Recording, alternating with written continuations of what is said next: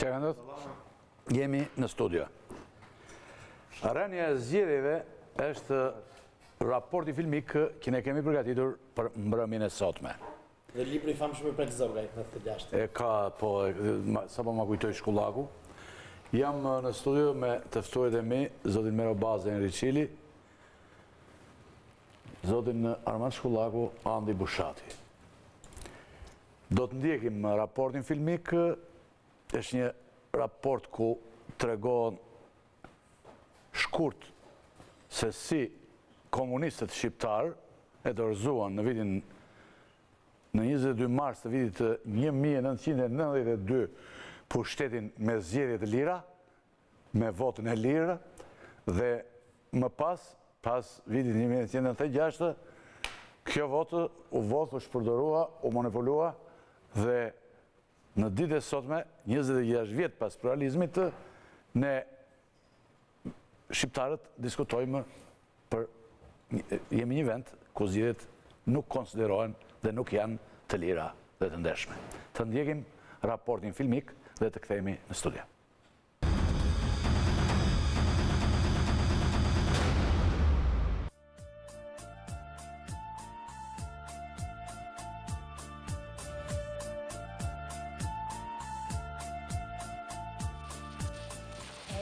Në fund të vitit 1944, komunistët shqiptarë në krye Enver Hoxhën hynë në Tiranë.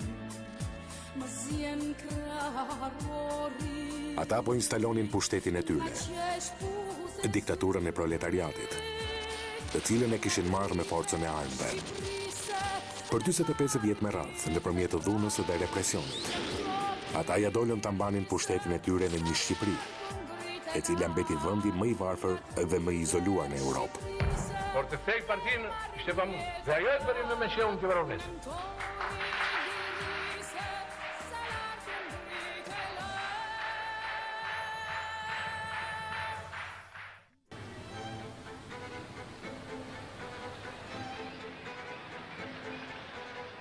Më 31 mars 1991, pas ndryshimeve që ndodhën në të gjithë lindjen komuniste, të detyruar dhe nga protestat studentore, u organizuan zgjedhjet e para pluraliste në vend.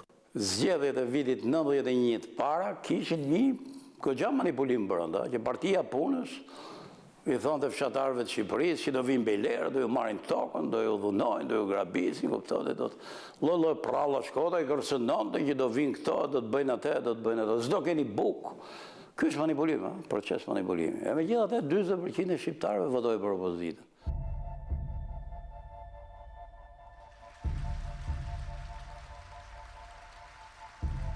Ramiz Alia, udhëheqësi komunist i kohës, nuk u zgjodh deputet në një nga zonat në qendër të kryeqytetit. Një vit më pas, më 22 mars të vitit 1992, në zgjedhjet e përgjithshme të zhvilluara në Shqipëri, Partia e Punës, e shndërruar tashmë në Partinë Socialiste, humbi thellë dhe pushteti u fitua nga Partia Demokratike. U votu 60% për opozitën. Edhe ky proces, domethënë, gjykoj që ka qenë procesi më i ndershëm i zgjedhjeve. Komunistët pranuan rezultatin dhe sipas të dhënave zyrtare, por dhe shtypit të kohës, nuk pati përpjekje për manipulimin e zgjedhjeve. Këto zgjedhje janë cilësuar si të lira dhe të ndershme nga vëzhguesit ndërkombëtar, por dhe nga faktorët e brendshëm. Referendumi 6 nëntorit të vitit 1994 për miratimin e kushtetutës së re ishte një betejë fortë mes presidentit të Republikës Sali Berishës dhe opozitës së majtë. Kjo kushtetut ka eksperiencën më të përparuar europiane. Kushtetuta e re thotë se në themel të Shqipërisë vendoset pluralizmi. Populli votoi dhe Partia Demokratike pësoi disfat, duke humbur mbi 60% të votës së shqiptarëve. Megjithatë, votimet e referendumit të kushtetutës ishin model për nga organizimi dhe standardet. Në këtë pikë, ato janë dhe historike, pasi ishin dhe të fundit zgjedhje të lira dhe të ndershme. 94 për zgjedhjet e referendumit u humb goxha 60-40. Por tregoj që procesi nuk ishte i manipulueshëm, se po të ishte i manipulueshëm, ose i dhunushëm, ose të vjedhë, do sigurisht që do kishim fitu. Ne se ishim pushtet. Humbja e referendumit ishte si një mësim për presidentin Berisha dhe drejtuesit e Partisë Demokratike, të cilët 2 vjet më pas, në zgjedhjet e 26 majit 1996, hapën ciklin e grabitjes së zgjedhjeve në Shqipëri. Dhe kjo bëhet që me ligjin e kohës. Atëre, si gjithnjërisht e ngrit një komision i bipartizan që quhen, përfaqësuar nga partitë parlamentare për të hartuar projekt ligjin e ri dhe pa pritmas PD e prishi konsensusin, e prishi komisionin fare dhe çoi një projekt ligj të vetin ku i jepte kompetencat në kryesisë komisionit dhe kryesia ishte gjithë e kontrolluar nga shteti.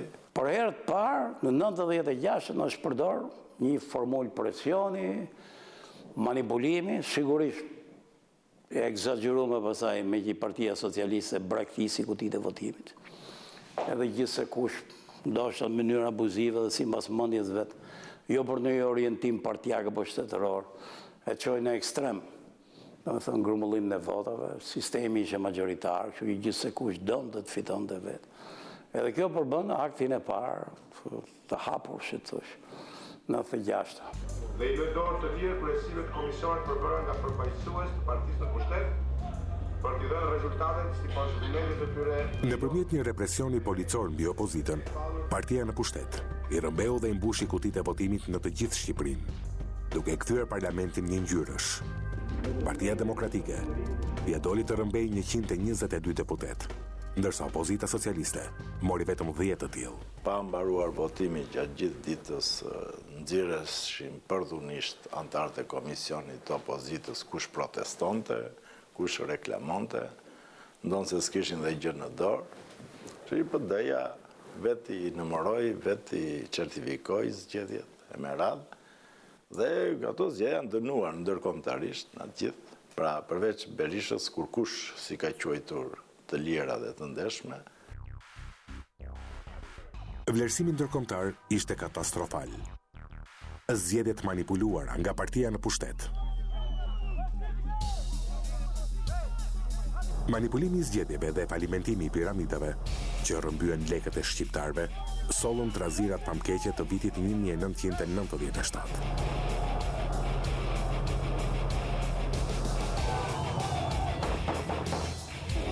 Shteti i ndërtuar nga Sali Berisha u rrëzua si një kështjellë rëre. Mes kaosit dhe mungesës së kontrollit të territorit, zgjedhjet u mbajtën me 2 raunde, njëri më 29 qershor dhe tjetri më 6 korrik të 1997-s. Të fortët, banditët dhe kriminalët me armë në dorë ishin njerëzit që administruan këto zgjedhje. 97-a ka një palë zgjedhje në një presion, nën grygën e automatikut, nën dhunën e mish komunistëve, nën urrëtitjen plasore gati në kufit e një lufte civile, sa që na u desh të thërriten trupat e huaj këtu për të garantuar një minimum drejtësie zgjedhore, po që pushteti shkëmbehesh në mënyrë paqësore. Socialistët dhe aleatët e tyre fituan 125 vende, ndërsa opozita e djathtë vetëm 30 karrige në Kuvendin e Shqipërisë. Bashkëpuesit ndërkombëtar i cilësuan zgjedhjet si të kënaqshme dhe të vlefshme, por jo të lira dhe të ndershme, duke u referuar dhunës dhe territorit të kontrolluar nga bandat e armatosura.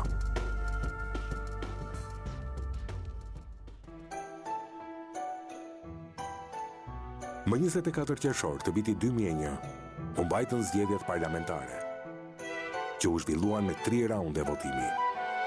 Në këto zgjedhje, sërish fitoi Partia Socialiste. Ajo fitoi 75 vende në parlament nga 140 vende gjithsej. 2001 ishin me dushkum. Një dushkë 2-3.000 vota atje në i fshat atje të luqin se përdhon 8 deputet për i herë, sigurun një majorancë. Këto kanë qenë kulmet e këtyre akrobacive. Në fakt ishte polici, shërbimi informativ dhe struktura kriminale. Dhe këto nuk bëjnë dot po si ishin të 3 bashkë. Dhe sigurisht dhe një vullnet politik i mirë organizuar me aty. Zgjedhjet praktikisht çdo herë kanë qenë të manipulume, kanë qenë manipulume 100%, 5%, 3%, 7%. Kjo është çështje tjetër. Por ama sistemi filloi të bëhet gjithnjë e më shumë lukrativ. Nga ana e ndërkombëtarëve këto zgjedhje u cilësuan me disa anë pozitive, por sërish ato nuk përmbushën të gjitha standardet për zgjedhje të lira dhe të ndershme.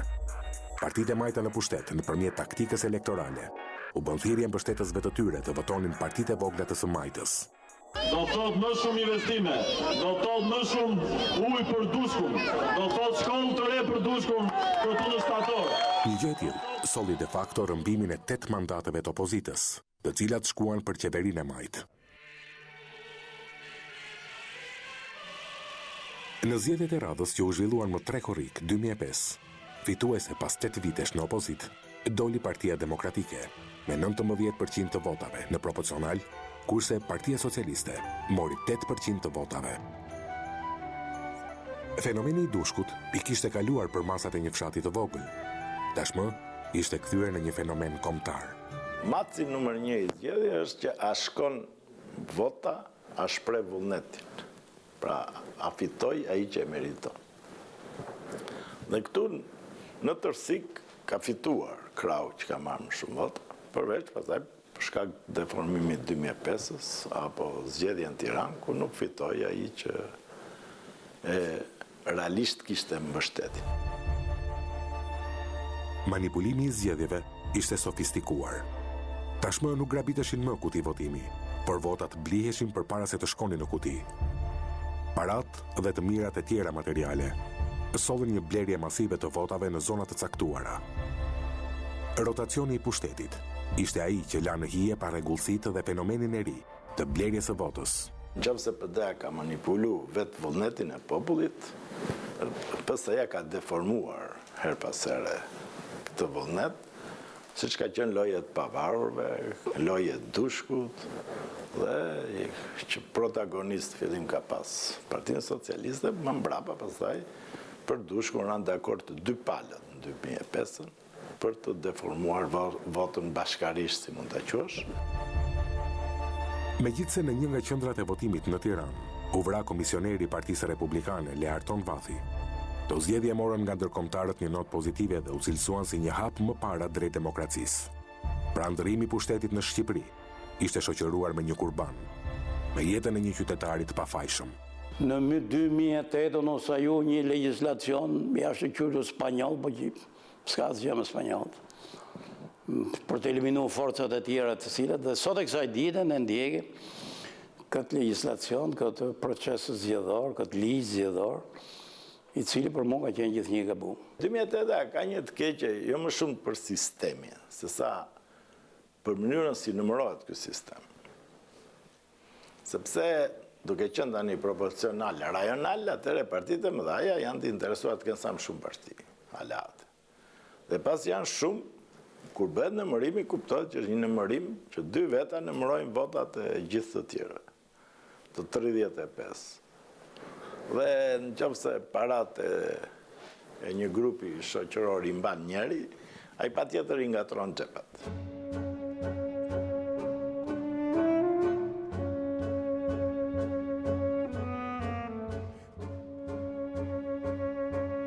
Me gjithë ndryshimet kushtetuese të 2008-s, një vit më pas, zgjedhjet e përgjithshme do të fusin në kolaps politikën shqiptare.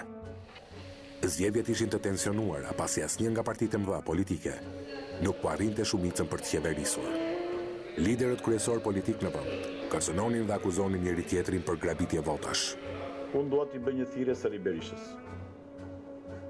që të mos masturbohet me ganibobin e tij dhe të mos guxoj të preki edhe një vot të vetme Televizje Socialiste për Integrim dhe të çdo qytetari shqiptar. Dhe kam besim të plot se ata që po i numërojnë janë qytetarë të energjishëm, por detyrën shumë të rëndësishme, që kanë detyrimin ligjor dhe nuk shoh asnjë lloj arsye që kush të bllokojë këtu apo aty. Përsëris apelin tim edhe për kryeministrin e vendit që të kontribuoj duke qenë i qetë dhe duke pritur qetësisht rezultatin e votimit. Pas përfundimit të numrimit të votave, koalicioni i Partisë Demokratike mori 70 mandate dhe e vetme nuk mund të qeveriste dot. Në këtë mënyrë, Ilir Meta bëri një kalim historik në krahun e djathtë, duke lënë me gojë hapur shumë kënd. Ndërkohë opozita këto zgjedhje i kontestoi mjaft ashpër, duke nisur me bojkotin e parlamentit, grevurie në bulevardin qendror të Tiranës dhe bllokime rrugësh në qytete të ndryshme të vendit. Refreni "Hap kutit ose largohu" shoqëroi jetën publike shqiptare për rreth një vit nga zhvillimi i zgjedhjeve. 2009 jo se kanë qenë shkeljet më të mëdha, se sa për faktin se rezultati është i ngushtë. Sepse kur rezultati është i thellë, deformimet caktuara nuk çojnë në ndryshim të krahut fitues. Nëse kur rezultati është i ngushtë, çdo lloj deformimi ndikon në rezultat. Edhe pse tashmë Shqipëria ishte antare e NATO-s, këto zgjedhje sërish nuk plotësuan standardet si plotësisht të lira dhe të ndershme. Some of you will be disappointed by our report. Disa prej jush keni për të mbetur të zhgënjur nga raporti ynë. Ende ka shumë punë për të bërë. Ende nuk keni arritur aty ku duhet të jeni.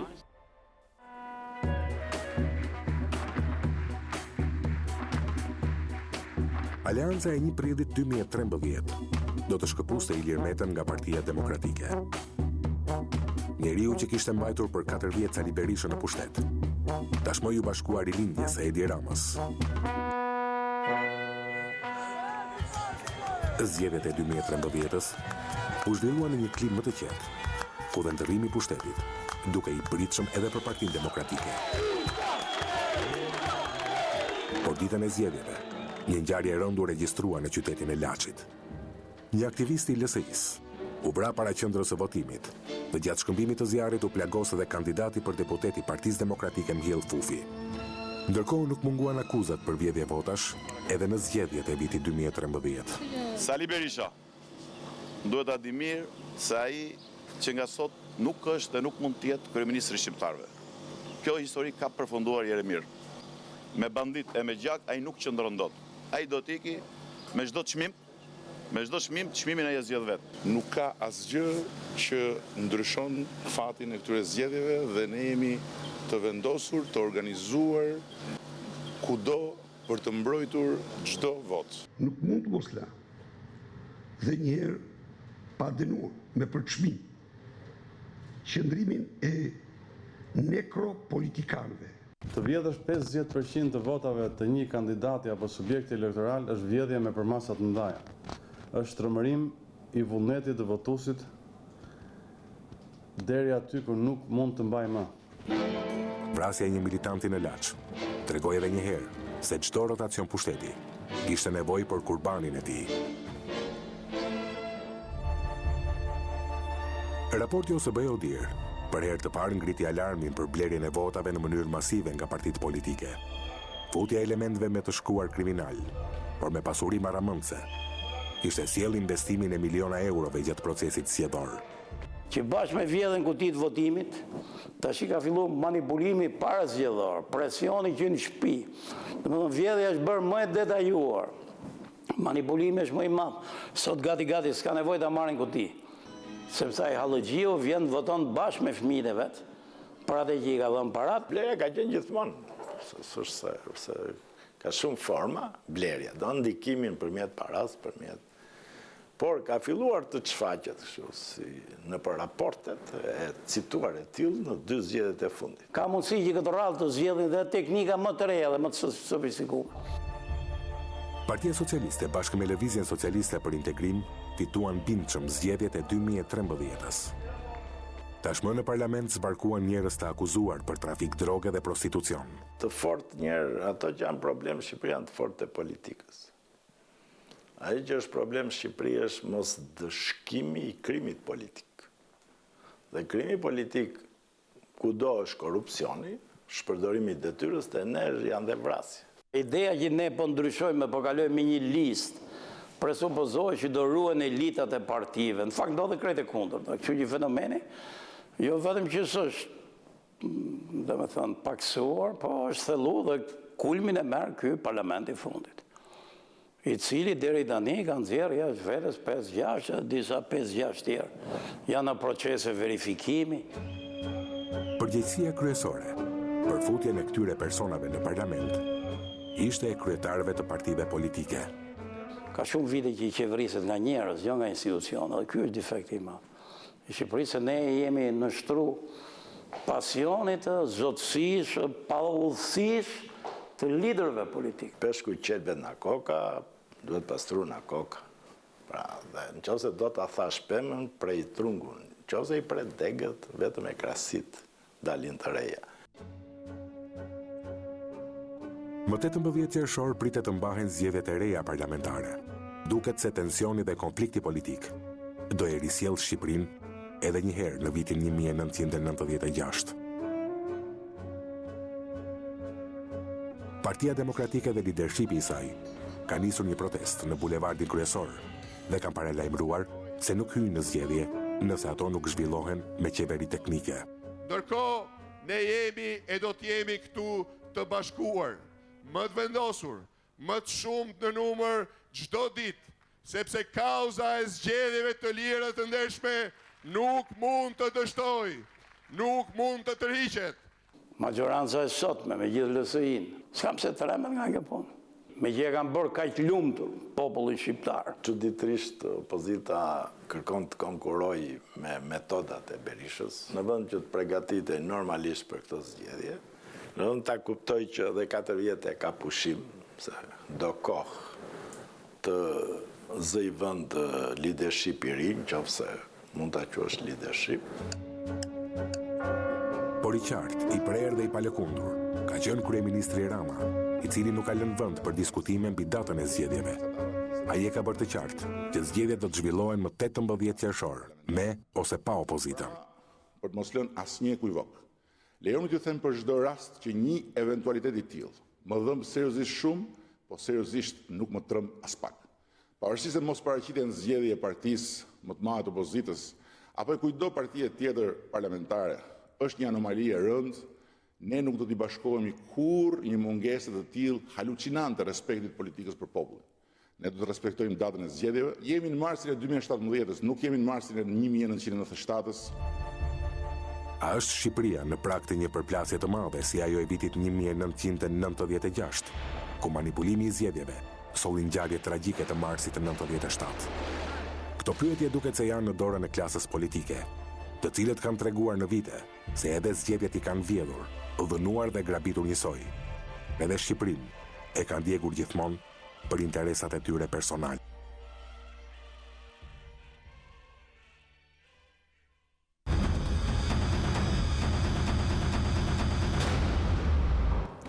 Jemi rikthyer në studio.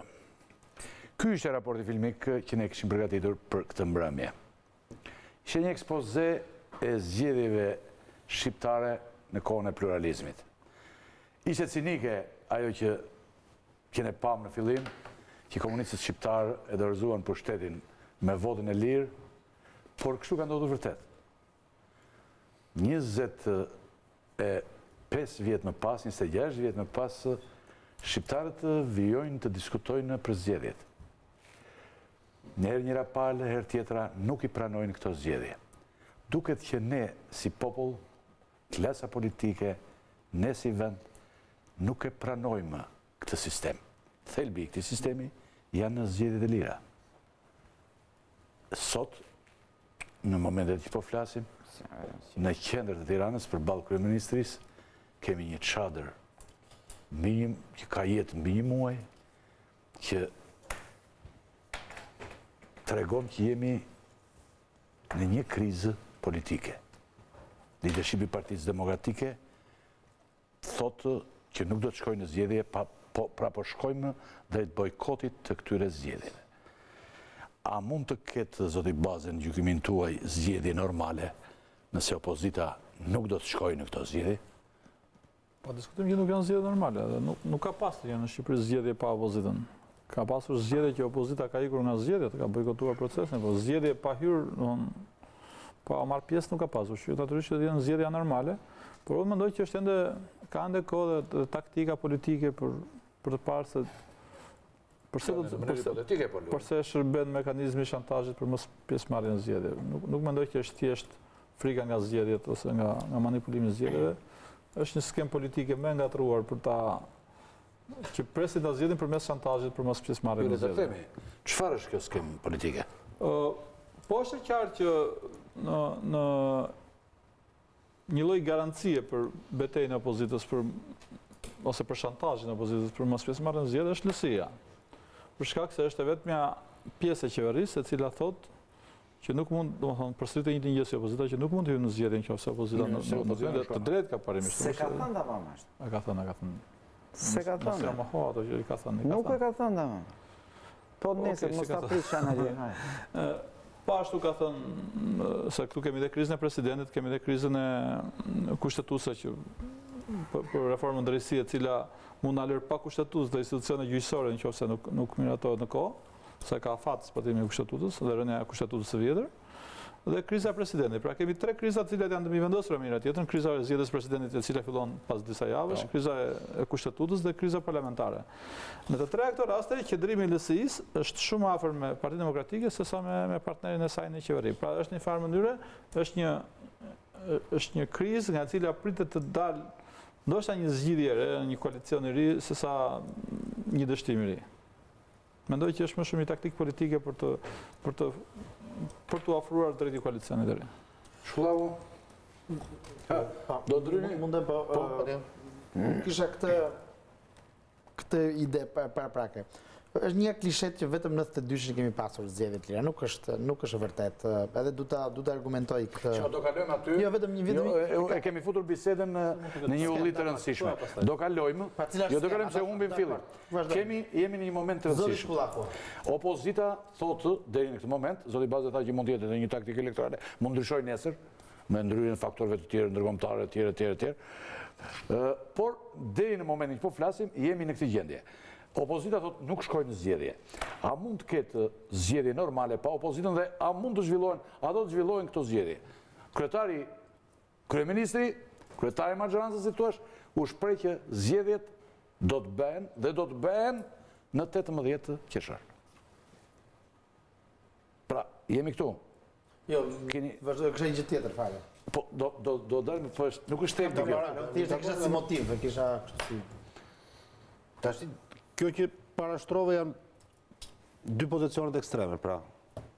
Luzim Basha që thotë nuk hyn zgjedhje pa qeveri teknike, pra praktikisht pa Ramën, kryeministër, dhe Rama thotë që unë do shkoj në zgjedhje me ose pa opozitën, vetëm apo me koalicion. Pra ai ka shpallur që do shkoj drejt zgjedhjes. Sigurisht që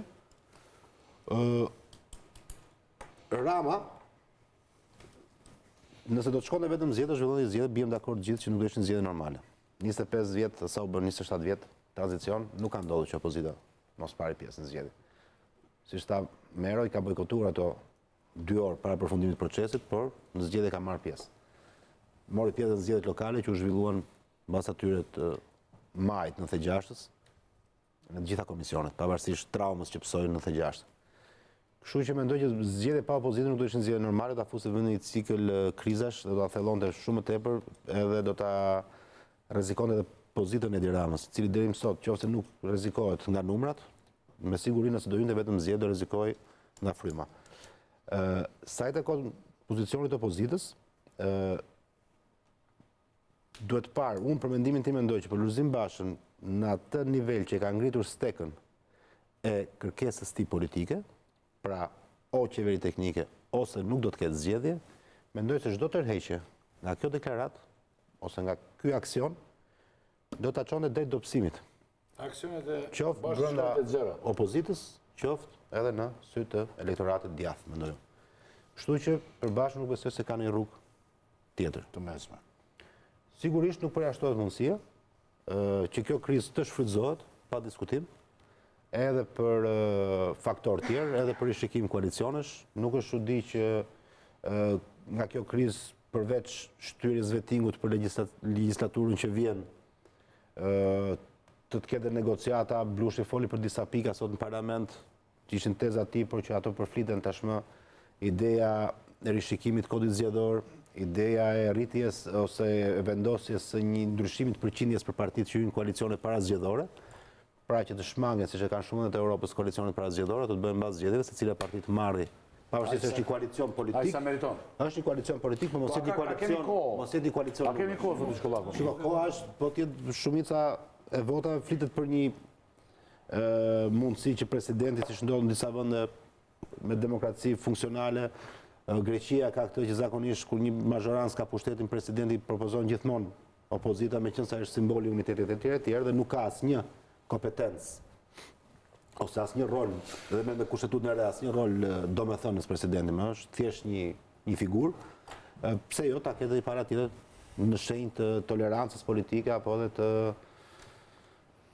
të ndarjes pushteteve deri në një farë pike. Kështu që mendoj që mazhoranca, ndryshe nga sa thot kryeministri, mendoj që do tentoj të gjitha format për ta çuar opozitën në zgjedhje duke ofruar kompromis. Pastaj, a do shkojë ky kompromis deri në qeverinë teknike, mbetet për të parë. Për mua, për Bashën nuk ka rrugë kthimi mbrapa. Unë do ta shtroja pyetjen kështu, Ylli, nëse do merre pak pozicionin tat. A ka rrezik real për manipulim zgjedhjesh në 18 qershor me këtë konjunkturë, me këtë do dalë. Jo, vetëm me një fjali Po gjithmonë po më ndryn për të më unë e kam të lexuar pyetjet. E kam do dalim aty sepse mua më duket sikur frika tjetër. Që të jemi të qartë, frika e opozitës është një parafrikë. Da. E cila nën kupton gjërat që ajo i ka bërë vetë më përpara. Dhe këtu votat me votat, historia e votave kështu ka qenë këtu Çili. Ne tani mos më bëjnë atë që kanë bërë unë thot opozita. Fiks fare. Ne kaq inteligent dhe kaq informacione kemi që të ndajmë që është frikë shumë reale dhe për ligjin. Më thuash mua të më përgjigjesh që ta shtroj të pyetje. Ta shtroj më pyetjen se pyetje. Unë do i përgjigjem. Po kemi pra. Është frikë, është risk real. Jo më ta lëm se kjo jemi këtu tani se cili nuk do të përgjigjet për këtë. Unë duhet të përgjigjem, mos kam asnjë problem. A mund të bëhen zgjedhje pa opozitën në Çili? Dhe mund të shkohet në zgjedhje. Kryeministri tha do shkojnë në zgjedhje. S'vjen opozita. Çfarë ndodh tani? Aq e gjatë është historia politike e botës Ylli, sa ndodh çdo gjë që nga politika Aristotelit deri tek çdo gjë që s'ka problem. A duhet ndodhi thotë, tu ke ne. Shiko, është normale. Absolutisht nuk është normale, po në politikë drejta është e lëvizshme. Qofse ne japim një garanci, 2 garanci, 3 garanci, 5 garanci, 7 garanci, 10 garanci, ke 11 do ta lëmë, se s'kemi çfarë bëjmë. Mendoj që kjo është baza e diskutimit që kemi ne. Prandaj shtrova pyetjen për të përgjigjur, nisa të përgjigjem kësaj pyetje duke shtruar një pyetje. A kemi rrezik aq real dhe aq konkret ose aq besueshëm për manipulim zgjedhjeve apo kemi një pyetje që të duhet kjo dhe më do ta bëj. Dhe do të pyes ty të parin. Shkurt po përgjigjem. Nuk më duhet fare asnjë pyetje. Shkurt po përgjigjem. Unë mendoj që se unë e kam atë dyshim. Ylli, unë mendoj që në Shqipëri kemi kaluar nga rreziku real i manipulimit zgjedhjeve, jo se ai nuk ekziston potencialisht, tek justifikimi fallc për rezultatin e tyre nga aktorët politikë. Po që shpesh nuk ka qenë fallc. Prit. Edhe një pra, kemi kaluar. Ka qenë, kemi kaluar. Po pra, po ja më prishim, shiko. Po prishim bisedën. Nuk mendoj se ka rrezik real për vjetin e zgjedhjeve. A do deklaratën time skandaloze? Jo, nuk mendoj po. Kemi rregull tani mbi këtë. Tani atëre. Kaq doja të thoja. Domethënë ju kjo nuk do të thotë që nuk duhet të jepen garanci shtesë. Kjo nuk do të thotë që nuk duhet shkarkohen ato 12 drejtorët e policisë. Kjo nuk do të thotë që duhen zgjeruar komisionet ose propozime teknike. Duhen dhënë garanci shtesë. Qoftë psikologjike, jo, nuk ka problem. Duhen dhënë disa garanci shtesë për garantuar. Tani opozita nuk shkon në zgjedhje. Po e marrim mota më që do ndodh kështu. Që nuk shkon në zgjedhje. Ju si e mendoni këtë? Tani mund të jetë një proces normal ky dhe a e mban dot Shqipëria një gjë të tillë për të parë? Kjo gjë mund ndodh për të parë. Është një precedent, do një guxim shumë të madh ndaj atij që do e bëj ose atij që do nga autori ose ai që do ta shkaktoj, pra shkaktari dhe autori, se mund të kemi shkaktar dhe autori s'ka ç'bën. Mund të kemi vetëm autor pa shkak. Është një përgjegjësi shumë e madhe, është precedent. Është, po themi, si ta shpjegoj, është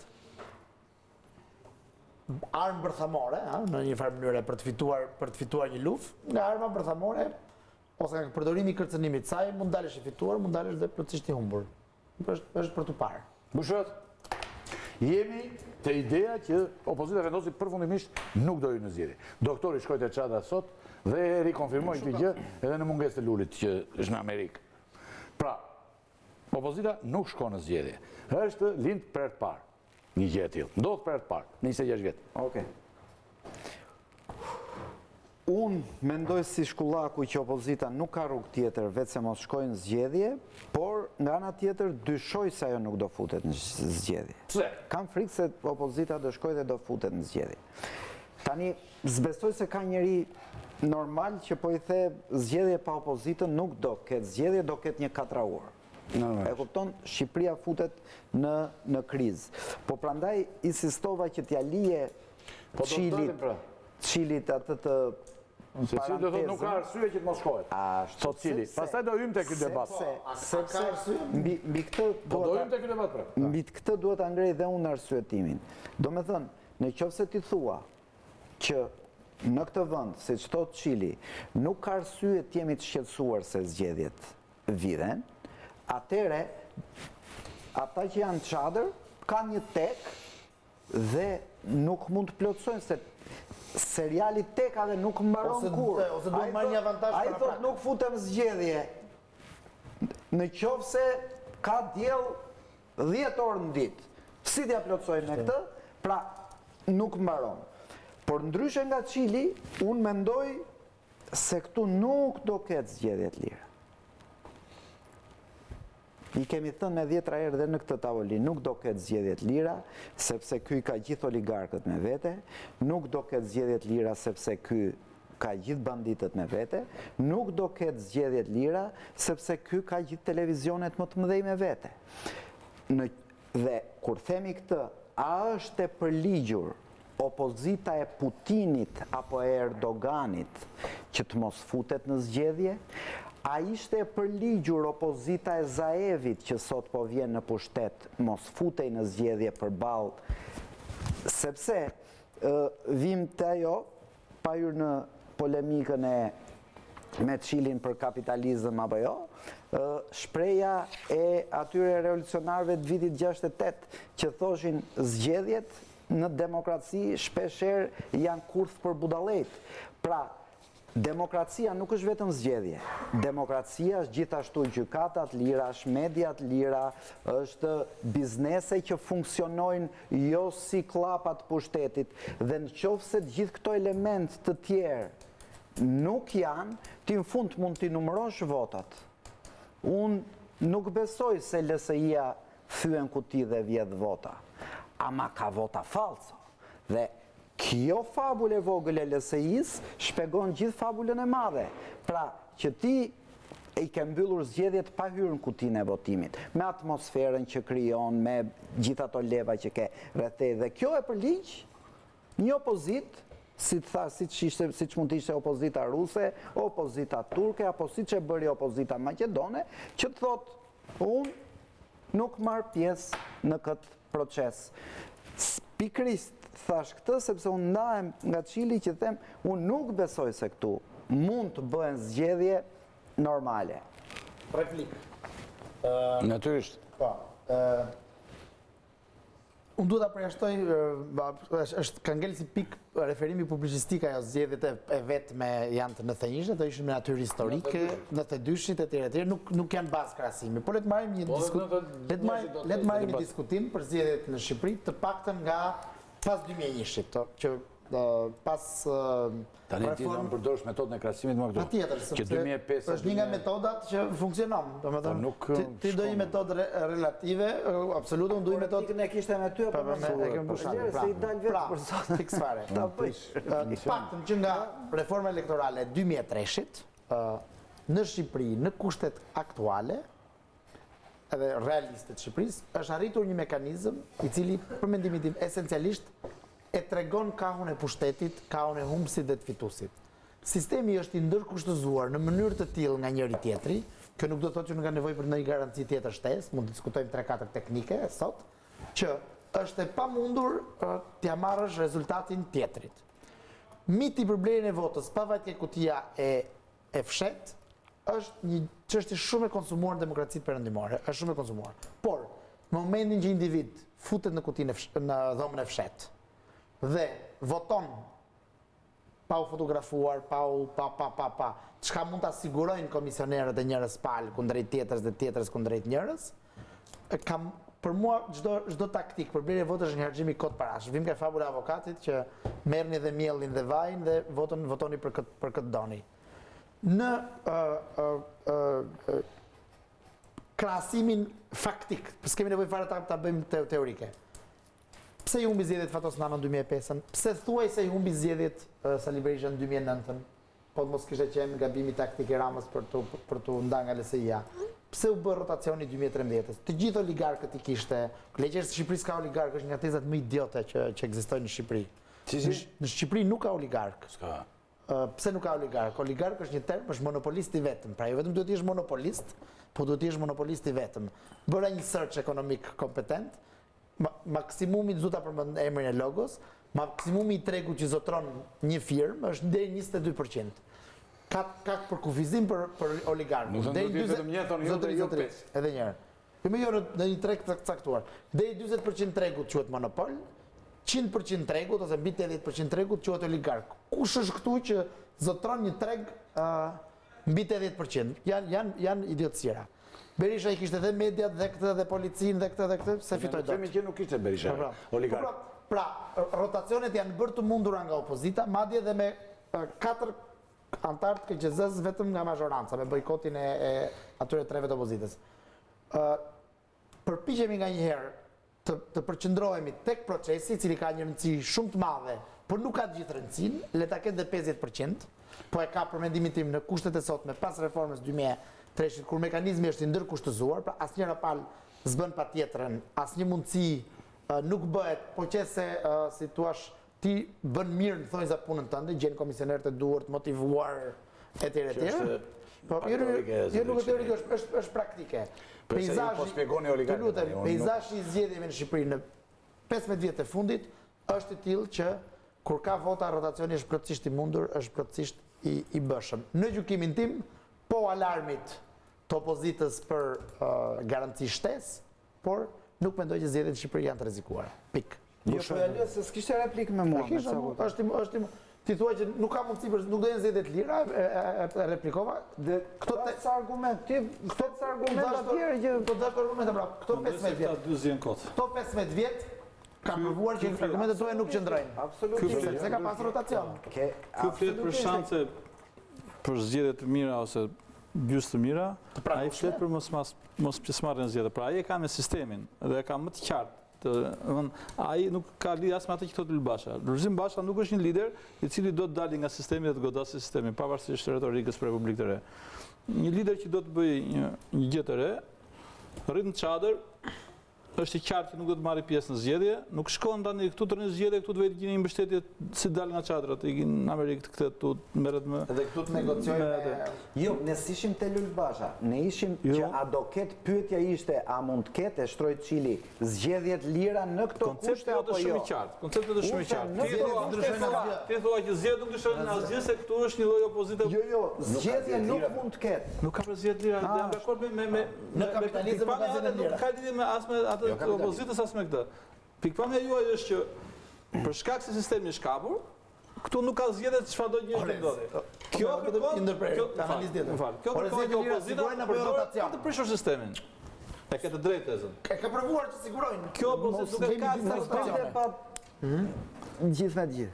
Pikpamja është që kjo opozitë duhet përdorur Partitë Demokratike për të prishur sistemin, që mos të jetë fasade e zgjedhjeve dhe ndryshimeve të cilat ndodhin për arsye të gjendjes, jo se ka fuqi ndaloj opozita. Aty jam. Deri tani isha këtu që zgjedhjet lira me këto kushte s'mund të ketë. Po, por më them që është tre polare situata. Pikpamja është një gjë tjetër, pikpamja e opozitës është një tjetër dhe pikpamja e qeverisë është një gjë tjetër. Donte ta ngrinte arsyetimin, a do ketë zgjedhjet lira? I tha po. Sipas meje do ketë. Njerëzit anti-establishmenti kanë zgjedhur këtë çështje. Trump, të cilin adhurojnë opozita, e ka ignoruar shtypin. Shtypin e ka pas të merë kundër. Gjithë shtypin klasike ka pas kundër. Dhe vërtet. E bërja të betej fitoj, nuk i tha njëri pse shave New York Times në CNN-in e gjithë kundër, gjithë shave, gjithë fitoj. Kështu që një opozit që vendos të bëj beteja të mëdha, i bën beteja të mëdha. Po një opozitë thotë, ky bën, ky s'bën, ai bën, ky s'bën. Nuk e kushtozon një të bëj betejë da. Tre unë bën kur shkëm ke... Prandaj dhe unë që në fillim të thash që unë nuk jam i bindur se opozita e Çadrës Lul Bashës mund të shkojë deri në fund. Duket sikur zgjedhjet 2 për zgjedhjet lira. Zgjedhjen për zgjedhjet më zgjedhjet. Eri thotë që ka. Eri thotë janë kushtet që njerëzit garojnë.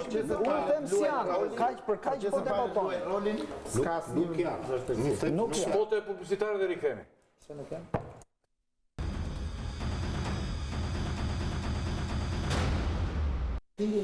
Pra, jemi në studio, jemi rikthyer Bushat. Shkullak, kishit për të ndryrë te ky moment. Te ky moment, tash pavarësisht arsyeve që mund të ketë opozita, që mund të jenë arsye, si të thua, që lidhen me paaftësinë e saj për të bërë një katharsis, një rinovim, një ringritje mbas humbjes pushtetit. Pavarësisht mungesës orientimit që ja mund të ketë drejtarët në vet, unë mendoj që Shqipëria ndodhet në një situatë të pazakontë. Ne kemi folur shpesh herë për zgjedhjet, për fushatën dhe për klimën parazgjedhore, dhe unë mendoj që kjo klimë në cilën e jemi tashti, mua më gjason, siç na ngacmoi dhe filmi përgatit nga ju, me situatën 96-s. Pra, kur një parti në pushtet kontrollon çdo pushtet, siç mbërën. Median e vetme që ishte në atë kohë, pushtetin politik, policor, shtetëror, banda, kriminal, njerëz të dhunshëm, njerëz kryetari i opozitës ka qenë në burg, njerëz që godisin gazetarët, njerëz që burgosin gazetarët. Në këtë situatë, unë mendoj që sigurisht nuk kemi në T6-ën, liderin e opozitës nuk e kemi në burg, po e kemi në Çadër. Megjithatë mendoj që përdorimi i parave publike për fushat ka nisur shumë kohë përpara. Është për masa të frikshme.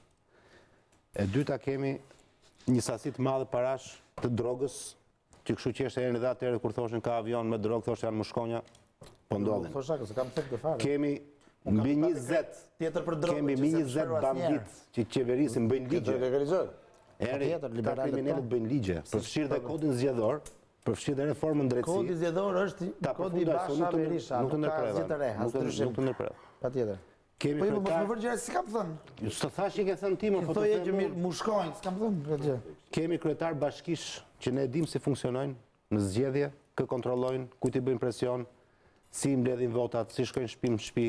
Kemi precedentin e Dibrës. Pra, kemi to që thotë Bushati, kontrollin e mediave. Pra, gjitha këto element, si tush, në mos e legjitimojnë atë mos futjen e opozitës, të paktën debati që ka ngritur është një debat i qëndrueshëm. Është një debat i justifikueshëm, jo i shëndetshëm, jo. Se çdo debat është i shëndetshëm, dhe ai për seksin e ëngjëve. Por unë po them që ky aksion ka legjitimitet. Nuk mund të ishte rrethana ndryshe, po të ngjej opozita kot, duke qenë mirë e bukur, bën edhe thoshim gjithë që shëmtuar këta. Mirë, po në këto rrethana, e arriti rezultatin opozita, hoqi se ministri e brendshëm. Jo, ai s'ishte opozitës, ai është propozimi jot. Qeveria, propozimi është logjika e analizës politike, ju s'kam takër për bëni propozim. Jo, shkojmë sinkron me parashikimin tonë. Po jo me të opozitës, opozita ka shprehur qëndrimin dhe për ministrin e brendshëm. Kemi shefa policie, kemi punojës policie që kontrollojnë dhe janë bërë në funksionar partjak. Kemi rilinjen urbane dhe ne dim se si po shkojnë fondet që përdorin për rilinjen urbane. Janë 1 miliard euro. Jo, mos më Sali Berisha ju bëri lëvizjen e lirë ose rrugën e Kombit dhe votuan. Mos mbrosh çdo gjë, nuk po bëj dialog me ty, po flas për emisionin, kupton? Pra, unë mendoj që gjithë element e legjitimojnë mos futin në opozitës në zgjedhje. Mendoj unë. Dhe ajo që the, ka pasur zgjedhje, por në 2013 nuk pati një rotacion të plot pushteti. Pati një pjesë qeverisë që shkoi me opozitën dhe u krijoi një qeveri e re me një pjesë të opozitës Berishës. Pra, Edi Rama mori 65 deputet, një më pak se në 2009. Dhe me deputetet e Ilir Metës vazhdoi stafetën e qeverisës mbarshme. Po nuk që kryeministri Berisha, që kryeministri Edi Rama. Ky është ndryshimi. Se nuk më shoh në ndryshim tjetër të ketë ndodhur. Kështu që mund ta qelloj prapë me këtë sistemi që thua ti që na i garanton del Ilir Meta bëhet me opozitën dhe ne shkojmë kot në zgjedhje. Më kupton? Kështu që zgjedhjet në Shqipëri kanë qenë gjithmonë problematike, përfshirë dhe zgjedhjet 2011-s, që funksionon ajo. Kupton, dalin njerëzit votojnë në dhomën e fshetë etj, po del një kryetar KQZ-ja, Siristani, dhe thot, to votat i kalojnë këtij dhe të shpall ai fitus të zgjedhjeve. Kështu që këto janë simptoma endemike që ne kemi thënë prekosh. Tani unë mendoj që është agravuar. Pse është agravuar? Sepse asnjëherë nuk kemi pas një përfshirje të parave të krimit dhe njerëzve të inkriminuar në sferat më të larta të pushtetit. Asnjëherë nuk kemi pas të emëruar në pikat kyçe të rendit dhe të sigurisë njerëz me probleme dhe me dosje në pashme. Asnjëherë nuk kemi pas kaq para publike të hedhur me koncesione apo lindje urbane, të cilat përdoren për qëllime po prap politike. Asnjëherë nuk kemi pas zyra shtypi, ne jemi të gjithë të këtij zanati që të prodhojnë jo më kronika, po të prodhojnë filma me dron, me 4K, kamerat, me regji qendrore, dhe të gjitha këto janë nga parat publike, se nuk i paguajnë nga xhepi i tyre. Apo, në këtë situatë unë mendoj që nuk jemi në kushte ku mund të flasim për zgjedhje të lira dhe të ndershme. Do të bazë? Unë nuk do të replikoj për faktet, por du të flas për mekanizmin. Opozita ka paraqitur për të neutralizuar të gjitha këto që thot Shkullaku, që thot opozita, ka paraqitur mekanizmin qeverinë teknike. Unë nuk di se si qeveria teknike mund ta zhbëjë gjithë mekanizëm. Kështu që ndaj mendoj që më shumë se sa arsye të vërteta, këto janë mekanizma të një krize politike që ata po përpiqen që nga kjo krizë të dalin me një formulë të re politike, me një koalicion të ri. Po e arritën, do të jetë mirë për ta, po nuk e arritën. Pak më eksplicit zoti Bazi, me një koalicion të ri. Pra, PD, LSI, ke fjalën. Patjetër. Është gjithë një mekanizëm politik. Koalicioni pa natyrshëm, se më fal Bushat, se zemrat Majtas votojnë Majtas. Si Bushat, çfarë shef në fasadë, çfarë shef në maskene. Kjo se më duket po eliminon fare mbrapa skenën, po jo, unë nuk ka, ato janë derivatet fundit. Unë jam i bindur që edhe sot po ti pyesësh, zgjedhjet nuk ndryshojnë asgjë. Jo, po ti pyesësh aktor, zgjedhjet real, po si jemi te debat. Sepse zgjedhjet realisht nuk ndryshojnë asgjë. Zgjedhjet nuk ndryshojnë asnjë gjë, po qëse ti përveç qëndrimeve tona nganjëherë, përveç qëndrimeve tona nganjëherë, që kalojmë nga një krahun tjetër, po gjëra të tjera ndryshuan zgjedhjet. U bën zgjedhjet sikur pati rotacion 2013-ën, gjysma e qeverisë të Berishës ul prap në qeverinë e Ramës. Naftën po në të njëjtin Markus karburanti na e ngjyrosin, Rapi Skani, zoti Tylli që ka bërë emision, po në të njëjtat koncesione kalojnë, lajmet që lavdrojnë qeverinë, po prap i shohim ke TV Klani, shkrimet pro qeverisë, po prap i lexojmë ke Mapo, do me thënë, u duk sikur ndryshojnë, po kjo nuk ka lidhje se ky është debat pastaj. Problemi është që me këto zgjedhje a mund të ketë një formulë të re politike? Unë mendoj që sot as faktorët lojit nuk e din. Po ta pyesësh sot Ilir Metën që këtej nxjerr 2 ministra thot që zgjedhjet do viten me polici dhe këtej vazhdon mban me vota në këmbë qeverinë e Ramës, hajde thuaj ti ku do shkojë Ilir Meta. Ta them unë më qartë, falë për shatë. Po. Më qartë, ta them më shkoqër për njerëzit. Përse unë mendoj që kjo është një krizë e cila përpiqet të prodhojë një mekanizëm politik për rotacion. Dhe jo nuk janë ato. Të shtrojë rrugën për. Ta e marrin formulët nga e kundërta. Nëse nesër Edi Rama dhe Ilir Meta ulen në mëngjes, ku e bëjnë këta zakonisht në Shkodra, në Tiranë ata? Ose vetë Edi Rama të premte vetë dhe firmosin koalicion e ri. Dhe firmosin, po. Bë Sali Berishën kryeministër pas nesër, deri në zgjedhje, jepja qeverinë me Flamur Nokët, me këtë dojë, me Aldo Bumçin, nuk i fiton dot zgjedhjet. Dhe kjo dihet. Për shkak të numrave, për shkak të formulës.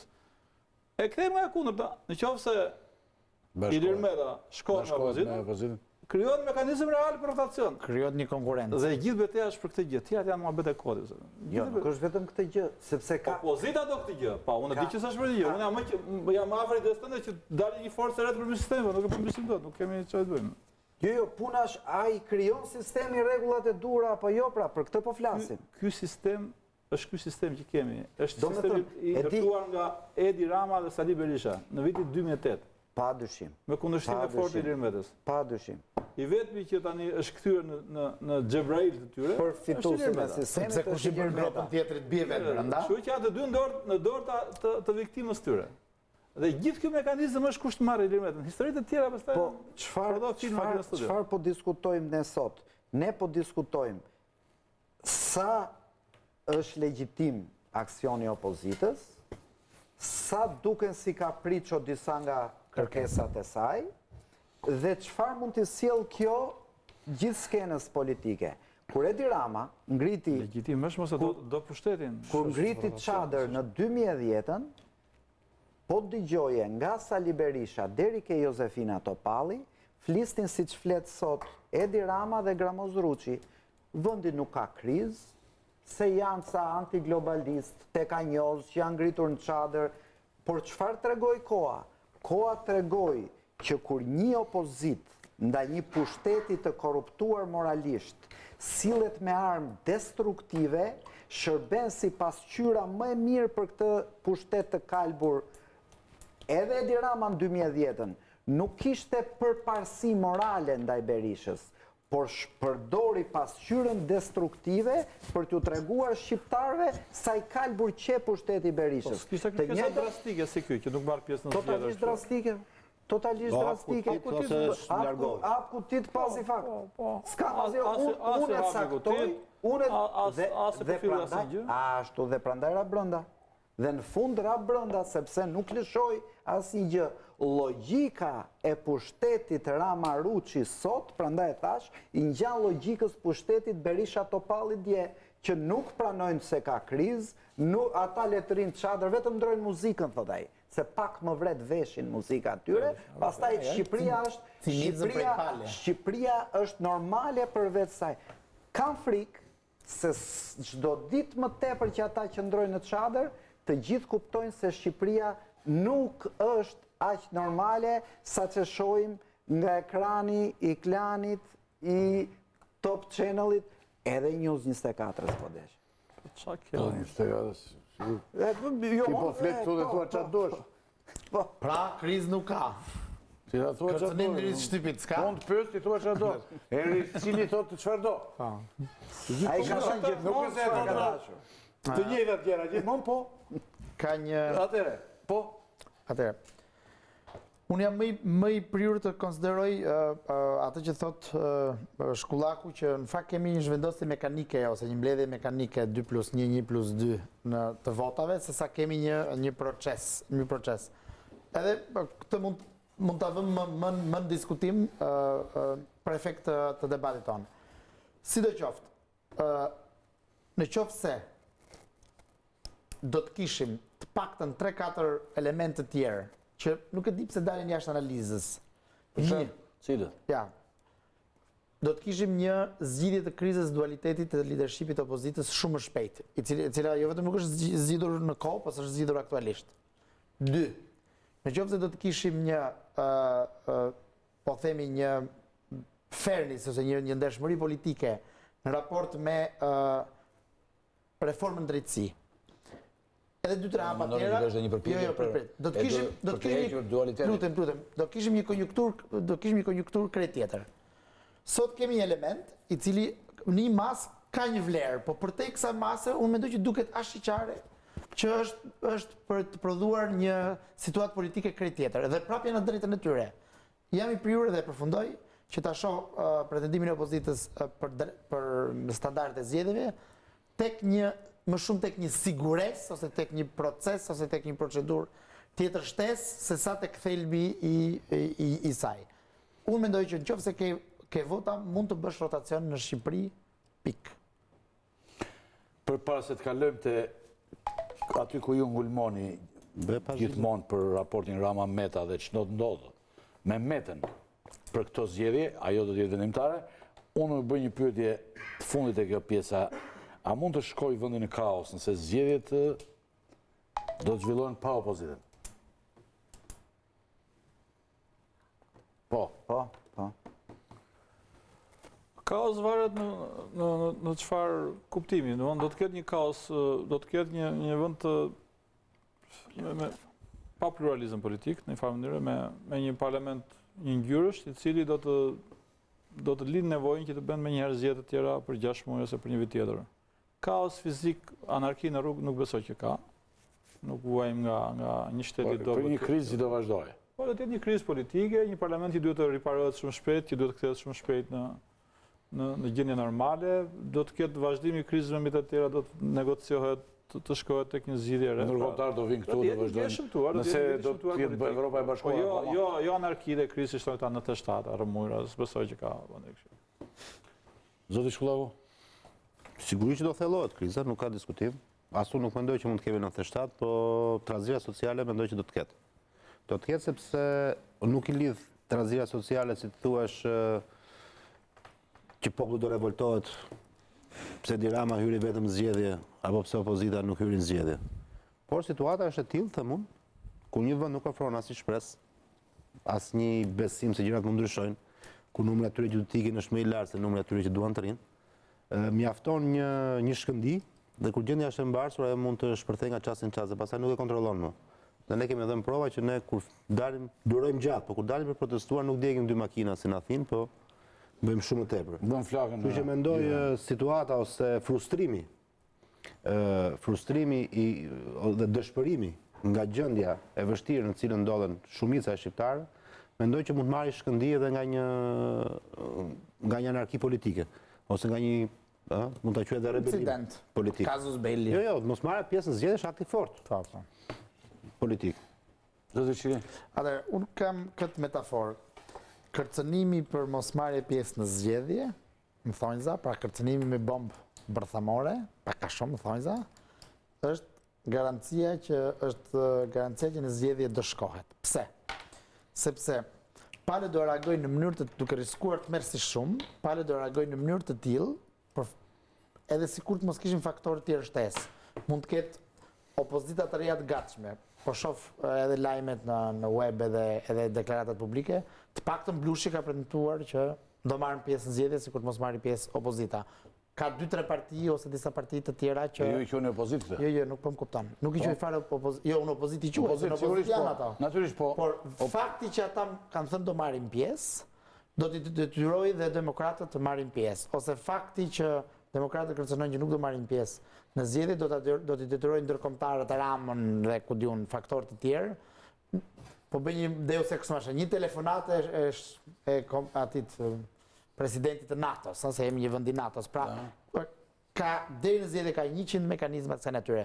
Përveç faktit që ne nuk kemi shfrytzuar mundësinë ose atë probabilitetin bazë, përgjigjen e aleatit ose partnerit koalicionit se ç'do bëj me koalicionin. Derisa nuk është shfrytzuar kjo, imagjino dhe disa gjëra të tjera. Bushef? Unë s'jam me këtë version e Çilit, është një version, po të shofësh gjitha ato që thot Çili, duket sikur gjitha do detyrojnë opozitën të futet në zgjedhje. Çfarë të them unë? Mundet që populli shqiptar, atë që po bën Lul Basha në Çadër, ta refuzoj masivisht dhe njerëzit dalin 100% zgjedhje më shumë se ç'dolën 2013 dhe votat që do jepni Ramës dhe Berishës, shkojnë t'ja çojnë Blushit, Gjergj Bojaxhiut, Bamir Topit, atëherë nuk ka as kriza, këtu ka gjën totalisht normalitet. Populli shkarkon opozitën Por ama, në qoftë se ndodh si ai referendumi 98-s, që ne mund të flasim këtu në studio që Sali Berisha ka kapur peng, atë opozit po e torturon, ata janë sa të mjerë që I besojnë qorazi, por në qoftë se kësaj thirrje I binden 30-40% të kësaj popullsie, të çmendur le të quajmë gjithë, atëherë nuk kemi më vend normal, sepse ai 40% I papërfaqësuar është kriza e nesërme. Është minë me satë. Kështu që Bamiri mund ta kesh në parlament, po. Besoj që Bamiri ata mund të jenë gjithë, por kjo nuk zgjidh zgrit. Mund ndodhi dhe ajo. Nuk kam fare me këtë mendim të. Ideja që Askush nuk e quan parlament normal. Është si PDR-ja atëherë që vendi logon e PD-s. Është pak e ndryshme. Ideja fiks fare. Këtë them po them unë. Ideja që këta mund të marrin pjesë, do i detyrojë dhe këta që. Të dy me njëshin, Pollo futi Berishën. Me atë logon që i vodhim, atë ajo futi Berishën. Ka një ide tjetër. Nuk mbetet asnjë vend bosh. Që është kryesisht e majoranca, është edhe shembulli që sapo na vjen nga Maqedonia tregon që në regjimet kalbura një opozit që e tregon fytyrën e regjimit duke bojkotuar kthehet shumë shpejt në pushtet. Ja ku e keni shembullin, fqinji Shivsafër e keni. Zoti i mori pjesë, Zoti Baze. Zoti Baze, ka një ide që mbrohet përgjithsisht nga majoranca e sotme që opozita do të shkojë në zgjedhje, sepse kështu mendon Sali Berisha. Ai po e përdor çadrën, po e përdor Lulzim Bashën për vettingun, për problemet e veta, për të mbrojtur veten dhe familjen e vet. Artikulohet shpesh kjo nga majoranca, por dhe nga një pjesë e medias. Ç'më mendoni ju? Unë mendoj që pak a shumë mendoj që Berisha dhe Basha kanë objektiva të ndryshme në lidhje me aksionin politik. Basha, unë jam afër idesë që Basha nuk do të hyjë në zgjedhje dhe më duket më i vendosur se tjerët për mos hyrë në zgjedhje, por dhe më i pasigurt se ç'mund të ndodhë nga kjo gjë që nuk do të hyjë në zgjedhje. Unë besoj që Basha me qejf nuk shte hyrë në zgjedhje. Jo vetëm për shkak të dembelizmit apo në tjetër, po as të betejës brenda Partisë Demokratike, por më shumë nga fakti se nuk donte të humbiste edhe këtë elektorat, ai për herë të parë ka filluar të ndehet kryetar këto 40 ditë. Do të duket sikur të tradhtoj ata njerëz dhe nuk do të ketë mas ata me vete. Kështu që unë mendoj që Basha është i sinqert në dëshirën për mos marrë pjesë në zgjedhje, por për arsyet e veta. Po ashtu besoj që Berishës në këtë histori intereson vetëm çështja e shtyrjes së vettingut për parlamentin e ardhshëm, me shpresë që ai do të jetë jo legjitim dhe që betejë kundër reformës së drejtësisë do të vazhdojë. Por këta të dy kanë një kontradikt me njëri tjetrin, që të bëhet e para duhet të bëhet dhe dyta, që të bëhet e dyta duhet bëhet dhe para. Nuk mund të realizojnë secilit veten. Duhet një është ajo që bëhet. Do të thonë, qofse nuk duhet të bëhet vettingu, nuk duhet të hyjë as në zgjedhje. Qofse nuk duhet të hyjë në zgjedhje, nuk duhet të bëhet as vettingu. Nuk janë ato që unë po bëj këtë punën time e ti bëhet punën tënde. Dhe këtu mendoj që ekziston një lloj nervozizmi brenda strategjisë për caktimet e strategjisë. Por unë i rikthem çështjes që kjo është mekanizëm politik. E kualiduar mirë opozita në këtë. Të marrin Ilir Metën dhe situata zgjidhet. Ka ndonjë koment për këtë pyetje që Basa nuk e duan Ilir Metën, nuk kam se japin në zor. Ka koment. Edhe unë besoj që në PD është krijuar një situatë paradoksale ku duket, po ta shohësh në sipërfaqe, të moderuarin e bën Berisha, i cili thot PD-ja si ka bojkotuar kur zgjedhjet, dhe radikalin po e bën Basha, që duket sikur është më i prirur drejt bojkotit, madje dhe shkatrimit, thot ai, të zgjedhjeve. Dhe vetë po të shohësh gjuhën e të dyve, duket sikur ka një diskordancë edhe në qëllime, aty bie dakord me Meron. Pra, tjetër gjë kërkon njëri, tjetër gjë kërkon tjetri. Por në raport me publikun, ajo që kërkon Berisha duket shumë e vjetruar, ndërsa ajo, pavarësisht se dy e bëjnë për interesat e veta, por ajo që Basha kërkon në raport me publikun duket më normale. Ajo që kërkon Berisha, pra vettingu të mos bëhet, por ne ti kemi vëndet në parlament, qoftë dhe si opozitë, se edhe opozita është pushtet, vendosa, merr pjesë të një proces, merr pjesë në një proces tjetër, ajo duket thjesht si ruajtje një sistemi të vjetër. Basha ndoshta, unë nuk e di sa e ka aftësinë, por e ka akoma shpresën që mund të bëj qoftë dhe kamikazin për të sjellë gjithë mirë sistemin. Pra, edhe këtu është dyshimi, ideja që vettingu është problemi i Berishës, ndërsa për zotin Basha tani është janë zgjedhjet sepse Lulzim Basha vetëm një rrugë nuk ka si ja del, që dali 20 qershor duke qarë si në 2013 dhe thot o shqiptar mi vodhën prap, këtë nuk e bën dot se do i thonë po ti e dije që do i vidhnin, prandaj u futen çadër. Prandaj nuk ka asnjë skuzë në këtë. Pra dhe në këtë dilemë që e ka shumë kush, një faktor i mirënësishëm që do të përcaktoj shumë është Ilir Meta. Spote shkurt, spote publicitare dhe rikthehemi te ky moment shumë i rëndësishëm i bisedës.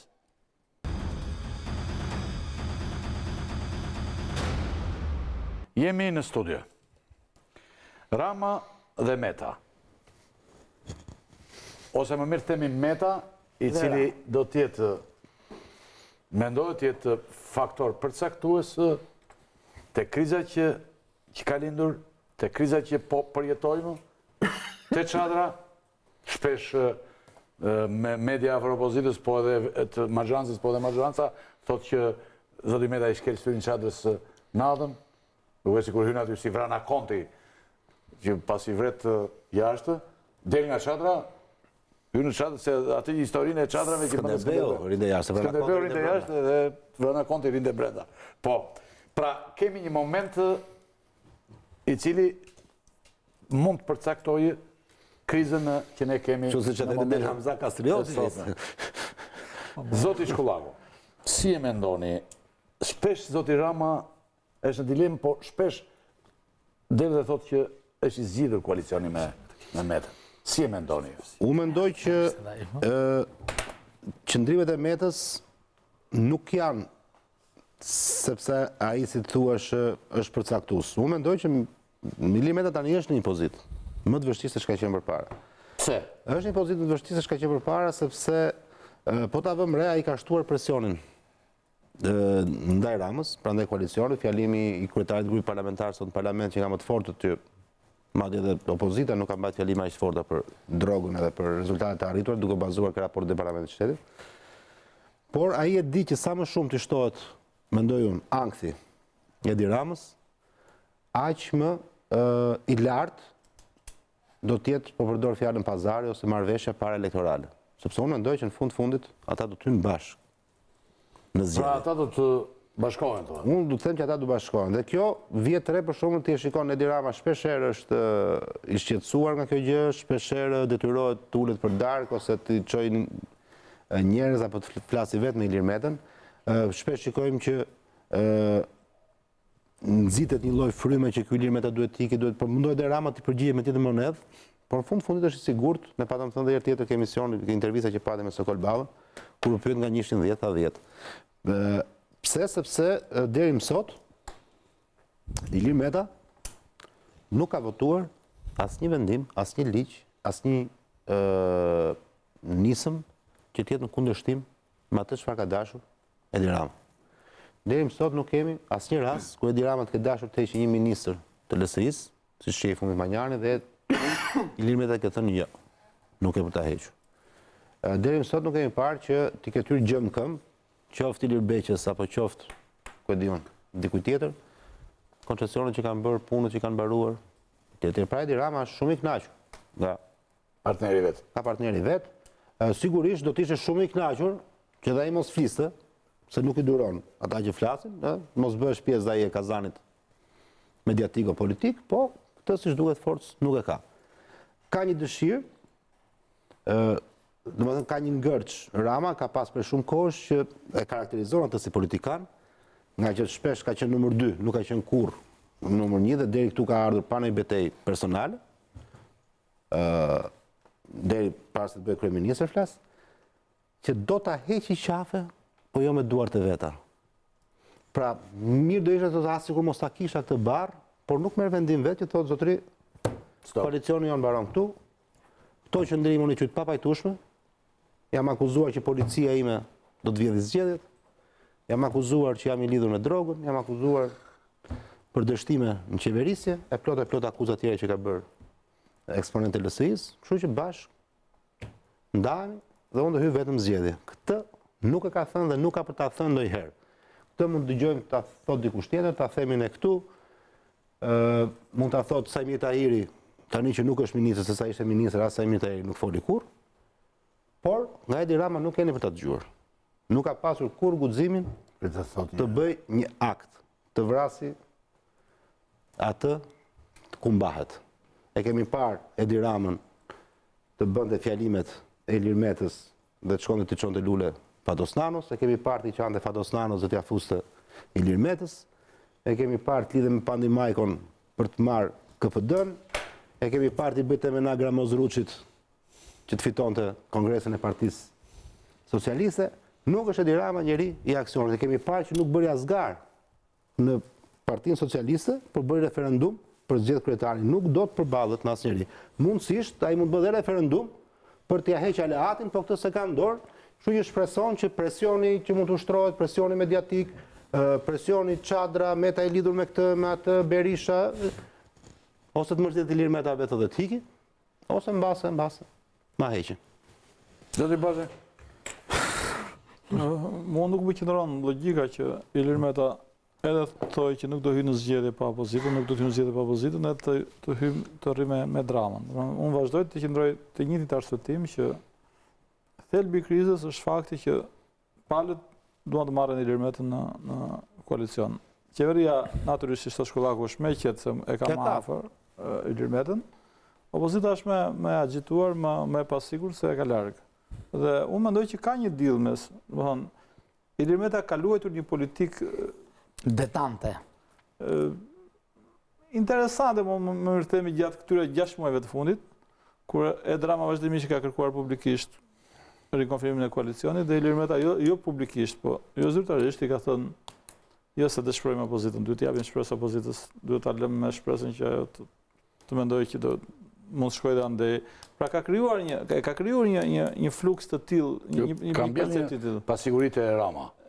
Mbill pasiguritë e Rama ka godit qeveri për të krijuar idenë opozitës si mund të vite me ty dhe si thosh ka bërë një ndoshta artificiale të klimës politike, por në fund ata e kanë detyruar po do marrin vendim. Të marrin një vendim dhe unë mendoj që është më afër me opozitën.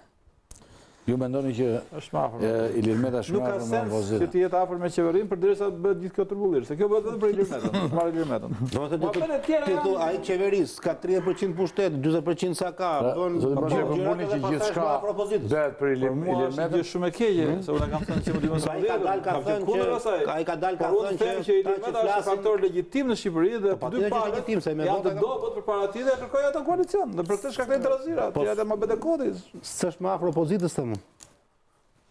Po si që nga ma propozitën, sa ishë në pushtet, ka Jo tani pushtet pa në raport me zgjedhjet e ardhshme, thotë. Po pse? Se pushtet ishte edhe deri në 2013 ndaj More po Ilir Meta vetë do ditë se Berisha do ishte në dakord që mund ta përdorë opozitën për trit pikë të marrëveshjes vetë, nuk shumë opozitës. Ilir Meta duket çdo zgjedhjen me të gjitha palët, presidenti konsensual, me mirë çdo thotë është më afër opozitës. Ilir Meta është artikuluar, jo Ilir Meta vetë konkretisht, po njerëzit vetë janë artikuluar që Ilir Meta është kaq i rëndësishëm, sepse është Ilir Meta në mes, gjithçka e tani ju.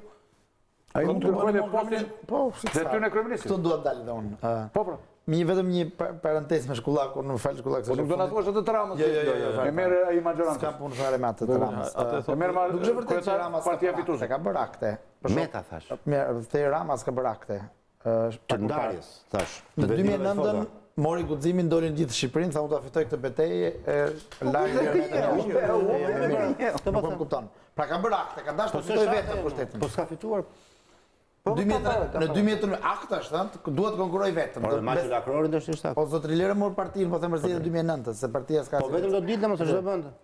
Po jo, e hoqi metën në 2009. Nuk e hoqi më bën 2009 ndeti bashkim, as nuk garoi fare. Hyri për deputet. Po flet për koalicion. Po koalicioni 2008 e prishi koalicioni sepse bëri paktin me Berishën.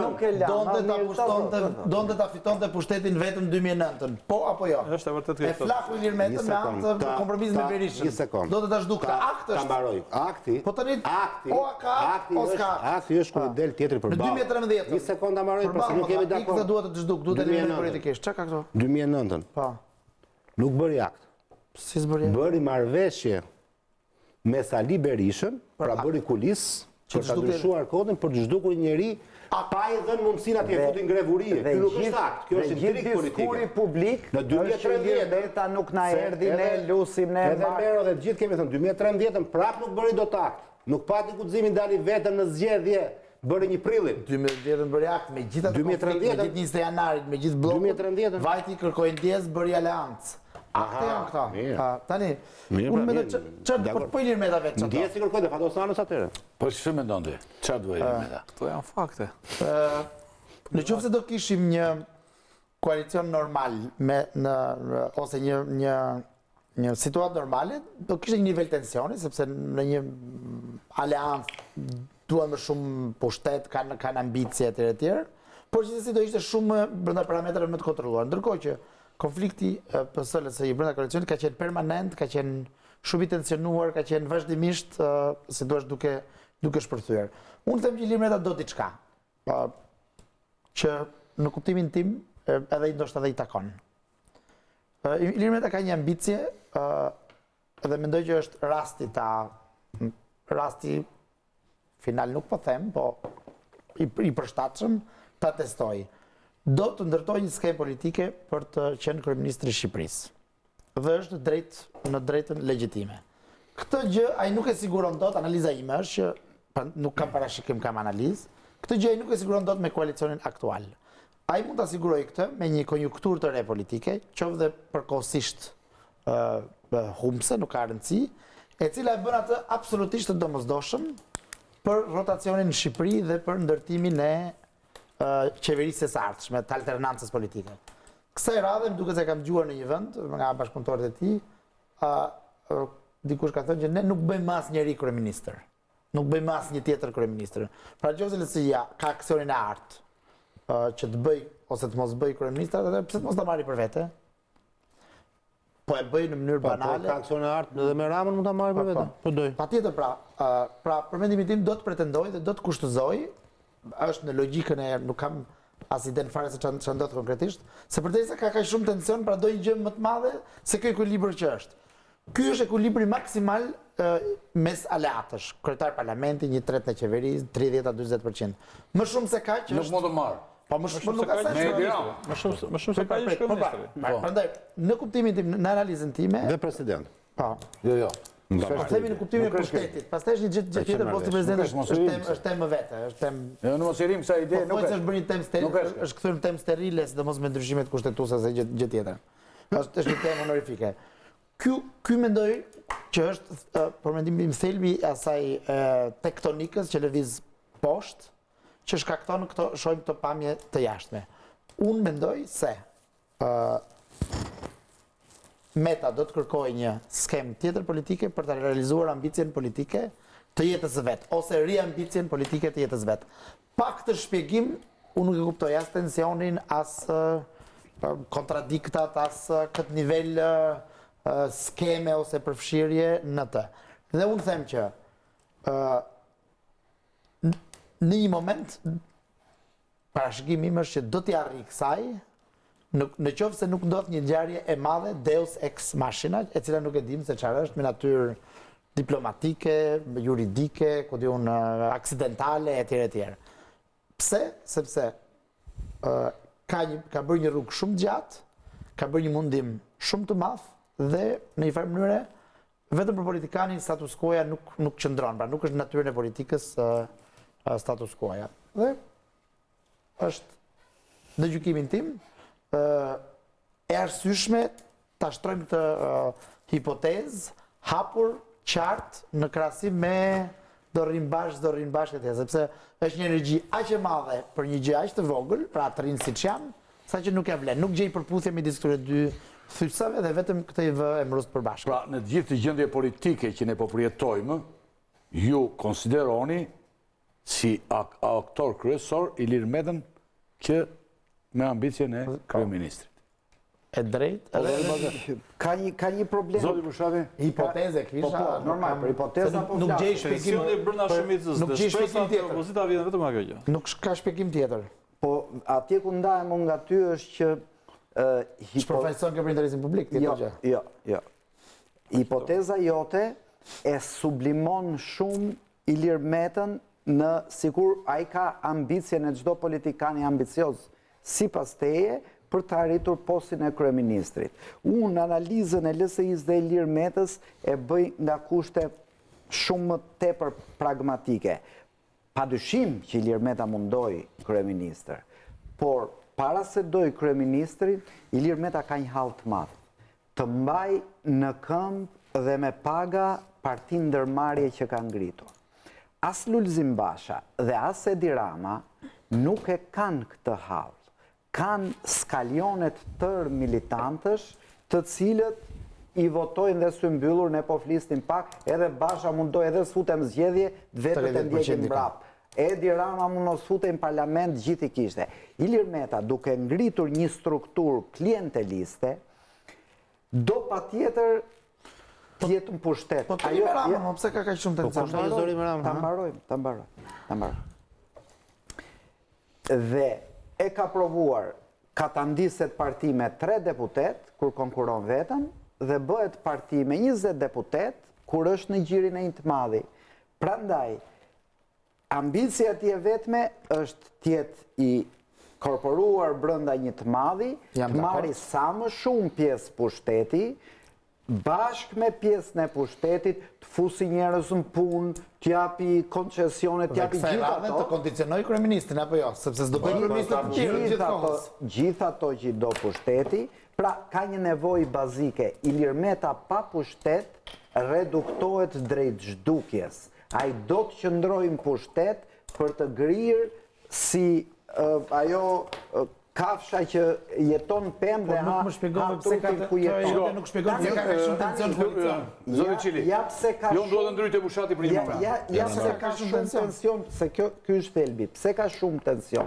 Sepse duke parë një opozit që këto 3 vite ka bërë opozit të dobët dhe të pabesueshme, duke parë dhe një Edi Rama që me gjitha ato faktorë që thamë, me media, me oligark, me tjere shforcuar. Me ndihmën tonë, me thënë. Po, ai ka parë një gjë që ka vetëm një mundësi këtë radhë. O të shkoj me Ramën, o po shkoj këtej, mund të humbasi.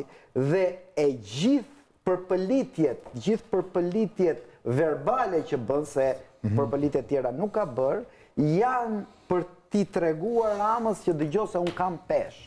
Ti duhet të mbash se unë kam pesh. Dhe të gjitha janë të nxitura nga ankthi për të qenë brenda koalicionit të madh. Po shani një hipotezë të re. Tensioni vjen nga ankthi që mos Rama nuk ka nevojë për të.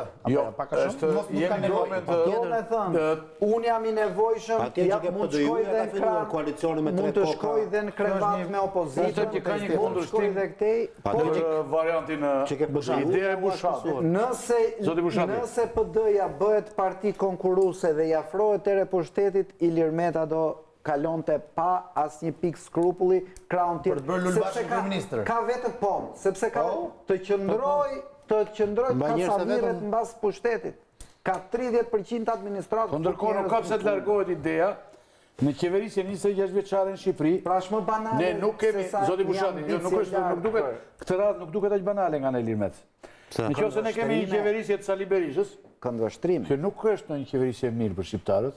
Qeverisje disa vjeçare të 4 vjeçare të Edi Ramës. Po të keqe për shqiptarët, atëherë pse të mos pretendoj Ilir Meta të jetë kryeministri i shqiptarëve? Që të ketë votat, po mund të jetë? Po sigurisht, po të duke thënë që unë i kam këto vota që përcaktoj dia. Nga Maksimin e Artë. Pyetje shumë e drejtë. Shumë e drejtë. Sot Ilir Meta... Po bashkon 12 tjetër më dakord. Sot Ilir Meta gjendet akoma në koalicion me Edi Rama. Por ndërkohë çfarë ka thënë? Edi Rama ka kanabizuar Shqipërinë aq sa duhet futur ushtria. Çfarë ka thënë? Edi Rama po merr drejtorët e policisë për t'i përdorur për të vjedhur zgjedhjet. Çfarë ka thënë tjetër? Ka bërë reformë për arsimin e lartë, po e kemi votuar dhe ne kemi bërë gabim. Po ka dash sjellë plerat në Shqipëri, por e ka bërë gabim. Nuk e di kam edhe po në pikat fondamentale të këtij koalicioni Ilir Meta është kundra, është po njësoj si opozita. Reforma në drejtësi, ngritja alarmi që do e bërë. Kjo nuk e kundërshton këtë që po them unë. Kjo e kundërshton totalisht. Dhe, kur ke thënë gjitha këto, nuk ke arsye të qëndrosh në këtë koalicion, duhet kishe ik me ko, përveç se arsye smadhore për të vjedhur çka ngelur në këtë torë. Është veprim taktik. Ky është Ne në qoftë se kemi arrit në stadin që grabit qarit t'i themi takticien, atëre hajta pranoj. Mua shumë duket politik grabitqare, valla, se nuk ka Janë më pak grabitqare të tjerë këtu. Nuk e kam... Po këtë do diskutojmë, hajde diskutojmë çdo gjë grabitqare. Po diskutojmë këtë tani. Nuk ezitoj unë të them asnjërit nga këta grabitqare. Po Meta këtë shë. Ke thënë gjë për politikën, po thosh grabitqare, po Jo. Dëshira për të nejtë pushtet dhe për të shkumë tutje. Kam thënë Si funksionon, thot? sepse po debatonim bashk që ti mendon se ai ka një ambicje politike se shpjegoj ndryshe. dhe që është e çdo politikan i botë, unë them jo, ka një ambicje për të mbajtur ndërmarrjen në punë. Ore, ti je vetë entrepreneur. Ndërmarrje kanë këtë. Qëllimi jot kur ke nisë universitetin mund të kesh qenë që të nxjerrësh çmime Nobel.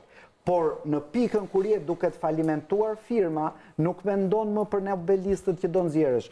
Është si të sigurosh bukën e përditshme të asaj ndërmarrje që ke ngritur. LSI-ja është e fortë apo e dobët?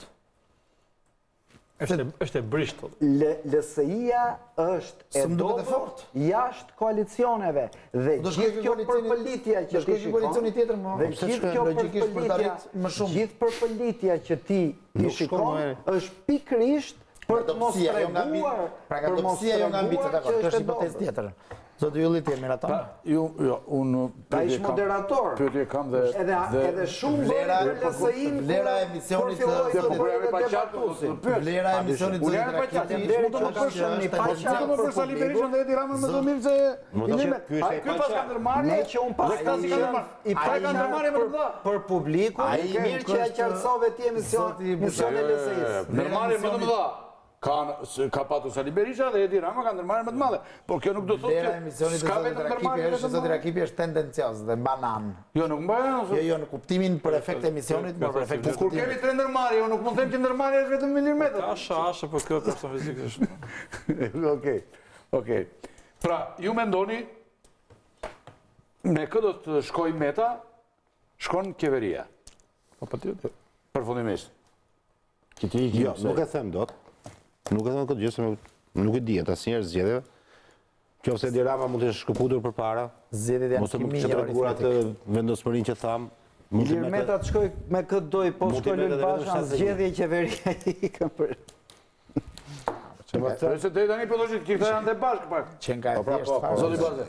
Siguria për ta çuar ose dëshira për ta çuar Metën te çadra lidhet pikërisht me dëshirën për të zhvilluar zgjedhjet dhe për të konfirmuar ndoshta një mandat tjetër Edi Ramës. Po, unë e di që në çadër nuk ka vend, nga sa di unë për Ilir Metën. Jo. Nuk mund të ketë vend diku tjetër, po në çadër unë di që s'ka. Mos e di vetëm Luli këtë që s'ka vend çadër. Po Luli shkojtaj po des. Mos ka bërë Saliu. Po mirë, unë po them. Llogari tjetër. Unë i referohem e tha Bushati nuk mund të dali Berisha më i moderuar se sa Lulzim Basha. Përsëris për të 10-ën herë që ky mekanizmi i krizës është Ilir Meta. Dhe që fakti që Lulzim Basha thotë nuk do të hyjë në zgjedhje dhe Ilir Meta thotë nuk mund të hyjë në zgjedhje për opozitën, ndaj e shikoj afër me opozitën. Prandaj gjithë debati tjetër vetëm nga vetë. Po se ka thënë tamam ashtu më. Po jo pluralizmi ka ardhur. Pluralizmi do të zgjedhje pa opozitë. Po tregoj një analizë semantike. Sekretari Fëkeshme i Tiranës tha këtë. Si kemi zgjedhur reformën në arsim, si sot për kandidatin. Ai gjithmonë thotë gjëra që si kupton asnjëri dhe secili merr siç i ka ashtu Edi Rama ka drejt ta ndaj pastaj. Nuk do të fallë, kam atë që ka thënë. Po atë që se ka thënë interpretimesh. Lidhë me këtë diçka tjetër. Pra, është ajo që thotë Shkullaku. Nëse Lulzim Basha është i vendosur për mos marr pjesë në zgjedhje dhe Ilir Meta merr pjesë në zgjedhje si qinj me Edi Ramën. Për mua jo. Jo, ai mund të marrë pjesë, po varet se si do të dalë nga kriza pastaj. Me qetësim e dashuri do bëhet thirrje palëve, do bën një qeveri teknike pastaj. Ai do thotë që mirë do ishte. Mos ta bëj të bezdesi për publikun, se është më vetë ka thënë. Zoti Rakipi, vazhdimi i koalicionit aktual është pas një interes publik. LSI-ja. Në vend të kriju Lurtim Baton Axhiu më tha një javë parë këtë gjë. Duhet të largohet nga Ilir Meta. Kemi vajtë platforma. Ke kjo. Konkurimi vetëm për mua është një risi edhe është një interes i lartë publik, sepse do i maste të gjithë palët realisht dhe do krijonte një dinamik të re. Madje, për mendimin tim, teorikisht, kjo mund të ishte një operacion shumë efikas për të arritur objektivin e vet, duke krijuar kushtëzim, kurse për mendimin tim, vajtja tek Partia Demokratike është një rikthimi ke Partia Demokratike ose ky lloj koalicioni parazgjedhor do ishte një nga gjërat më problematike që mund të ndodhin për jetën politike në Shqipëri dhe për, ja do ta them. Dhe për të djathtën. Pse? Sepse përfundimisht e ristrukturon për keq pozicionimin e djathtas në Shqipëri dhe e bën atë vazhdimisht të varur për të ardhur pushtet nga një pjesë e të majtës. Është një problem shumë i rëndësishëm, afatgjat, është një destrukturim i spektrit majtë dhe djathtë realiste, cili po kjo është një bisedë tjetër shumë e gjerë që meriton në një vëmendje tjetër, një emision tjetër. Në qoftë se Partia Demokratike ka gjithmonë nevojë për një pjesë të majtës për të ardhur në pushtet, ka diçka që nuk shkon dhe ndoshta është një temë që duhet ta rihapim, ta diskutojmë me themel. Personalisht do preferoja më mirë thonjza, po tisha një demokrat idealist që nuk jam, se s'është as roli im, që më mirë një mandat tjetër në opozitë dhe një ristrukturim, se sa një, po themi, në thonjza, shpërblim i një fenomeni që pjesë të pushtetit 2 muajt e fundit kthehen në opozitë të pushtetit që ishin vetë. Kjo ndodhi një herë, ishte një sui generis, mandati 2009-2013, koalicioni 1 prillit... Do dhe nga konkurimi më vete? Po, konkurimi pa tjetër, ishte shumë e ndershëm gjithsesi.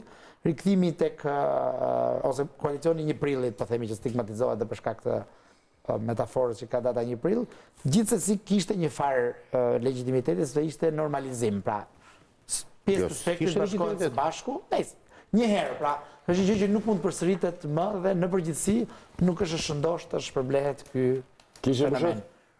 LSI e përfundova, ishte dhe është një parti qeveritare, se mandati po përfundon, dhe duhet gjykohet si e tillë në konkurrencë bashk. Prandaj po them që LSI-ja duhet të shkojë me Edi Ramën. Me Edi Ramën ose konkurrent veç? Kanë qeverisur bashk, të marrin shpërblimin. Kanë marrë suksesin e reformave të mëdha që janë bërë dhe që duhet vazhdojmë, siç ke thënë ti për një mandat dytë, ai pa Ilir Metën nuk e bën dot. Vetë ka deklaruar në 10 intervista Edi Rama, kemi dëgjuar, ka thënë që ne nuk merremi me llafe pazari, as nuk shohim finxhan, kafeje, por ne me partnerin ton shikojmë rezultatin e lartë që kemi arritur në reforma, siç nuk është bërë në 25 vjet. Forca e majta me një proporcion, forca e një spektri me proporcion caktuar që ndrojnë bashkë është gjë më natyrshme. Çështja është që përmas të LSI-s janë midis të madhe, më madhe se e vogël. Se nuk do ti që të vazhdoj. Se këtë thënë, fillim fjalës tonë e the që për mua do të ishte pa moralshme që ky koalicion vazhdoj prapë. Çka ka ambiciot Ilir Metës? E shpjegova pse. Po Ilir Meta mund të jetë i kënaqur me ambiciet e vet, ai nuk ka thënë gjë se do bëjmë kryeministër. Po pse ka zhurmë pra, nuk ka zhurmë edhe ne, zotëri. Ne pas ka zhurmë zgjem gjithë. Ne do të gjykojmë nga aktet, jo nga thashë themet. Jo nga faktet. Nga faktet, po nga faktet. Kush janë faktet? Faktet janë që ai vazhdon qeverisë. Faktet janë që ai thotë ne do vazhdojmë koalicionin. Faktet thotë që Ilir Meta nuk prish kurrë marrëveshje. Faktet janë që ne të dy qeverisim... Ashtu ko diskutojmë se marrëveshja është për 2 mandate, nuk është për një prillit. Po pse ka tension? Nuk gjejmë një shpjegim pse ka tension. Por mund të ketë tension Rama, se mund të ketë krijuar ankthi që ky mos shkojë vërtet ke çadra, kupton? Dhe thotë jam hikën në fund fare. Jam atë drejt në fund, është ankthi atij që transmetoi gjithë popullin se është kryeminist, është vetëm ku jemi dakord në duket bashk që është natyrshme të diskutojmë se do të Ilir Meta nga koalicion. Është më shumë se natyrshme dhe moralshme publikisht që forcat majta fiksfare rrjedhin nga një parti. Forcat qeveritare të konkurrojnë bashkë ose vetë kanë eksperiencë si forca qeveritare. Unë mendoj se tensioni është krijuar sepse dhe Rama dhe Meta kanë vënë njerëzit e tyre t'i bëjnë presion njëri tjetrit sikur dëgjoj, ne jemi përbashk, po ata që janë poshtë nuk na duan bashk. Po të shikosh, dhe Ilir Meta kanë zjerë të gjithë ata që kanë në hyqëm të thonë ti duhet ndahesh nga Rama, dhe Rama ka afishuar gjithë ata që kanë në hyqëm, ti thonë që ti duhet ndahesh nga Meta. Dhe tensioni është krijuar se sklevrit zihen për raportin dhe për interesin e padronëve. Kaq është Kolegu jonë tensioni. Baton Axhiu që në më tutje, thori që të pastrohet, duhet të heqet pjesën e vetë të pisët, thoshte. Mendoj që Bushati kishte për funksionarët partia kjo, por Të mora Duhet largohet pjesë e pistë. Nuk të mora Batonin kjo pjesë, thoshte që koalicioni Mos e shqipisë merr për vete, këtë që sa duhet të shumë e gjerë se sa kaq. Nuk pastrohet një qeverisje, nuk pastrohet një qeverisje dështuar kur largohet pjesa më e vogël e saj. Unë mendoj që është e gjitha, qofse është pisë, është gjitha pisë. Nuk mund të lajt duar të Rama, thotë hoqja të keqen më të madhe që më votoni mua se jam i pastër. Minutat e fundit blok publicitar dhe minutat e fundit. Minutat e fundit blok publicitar.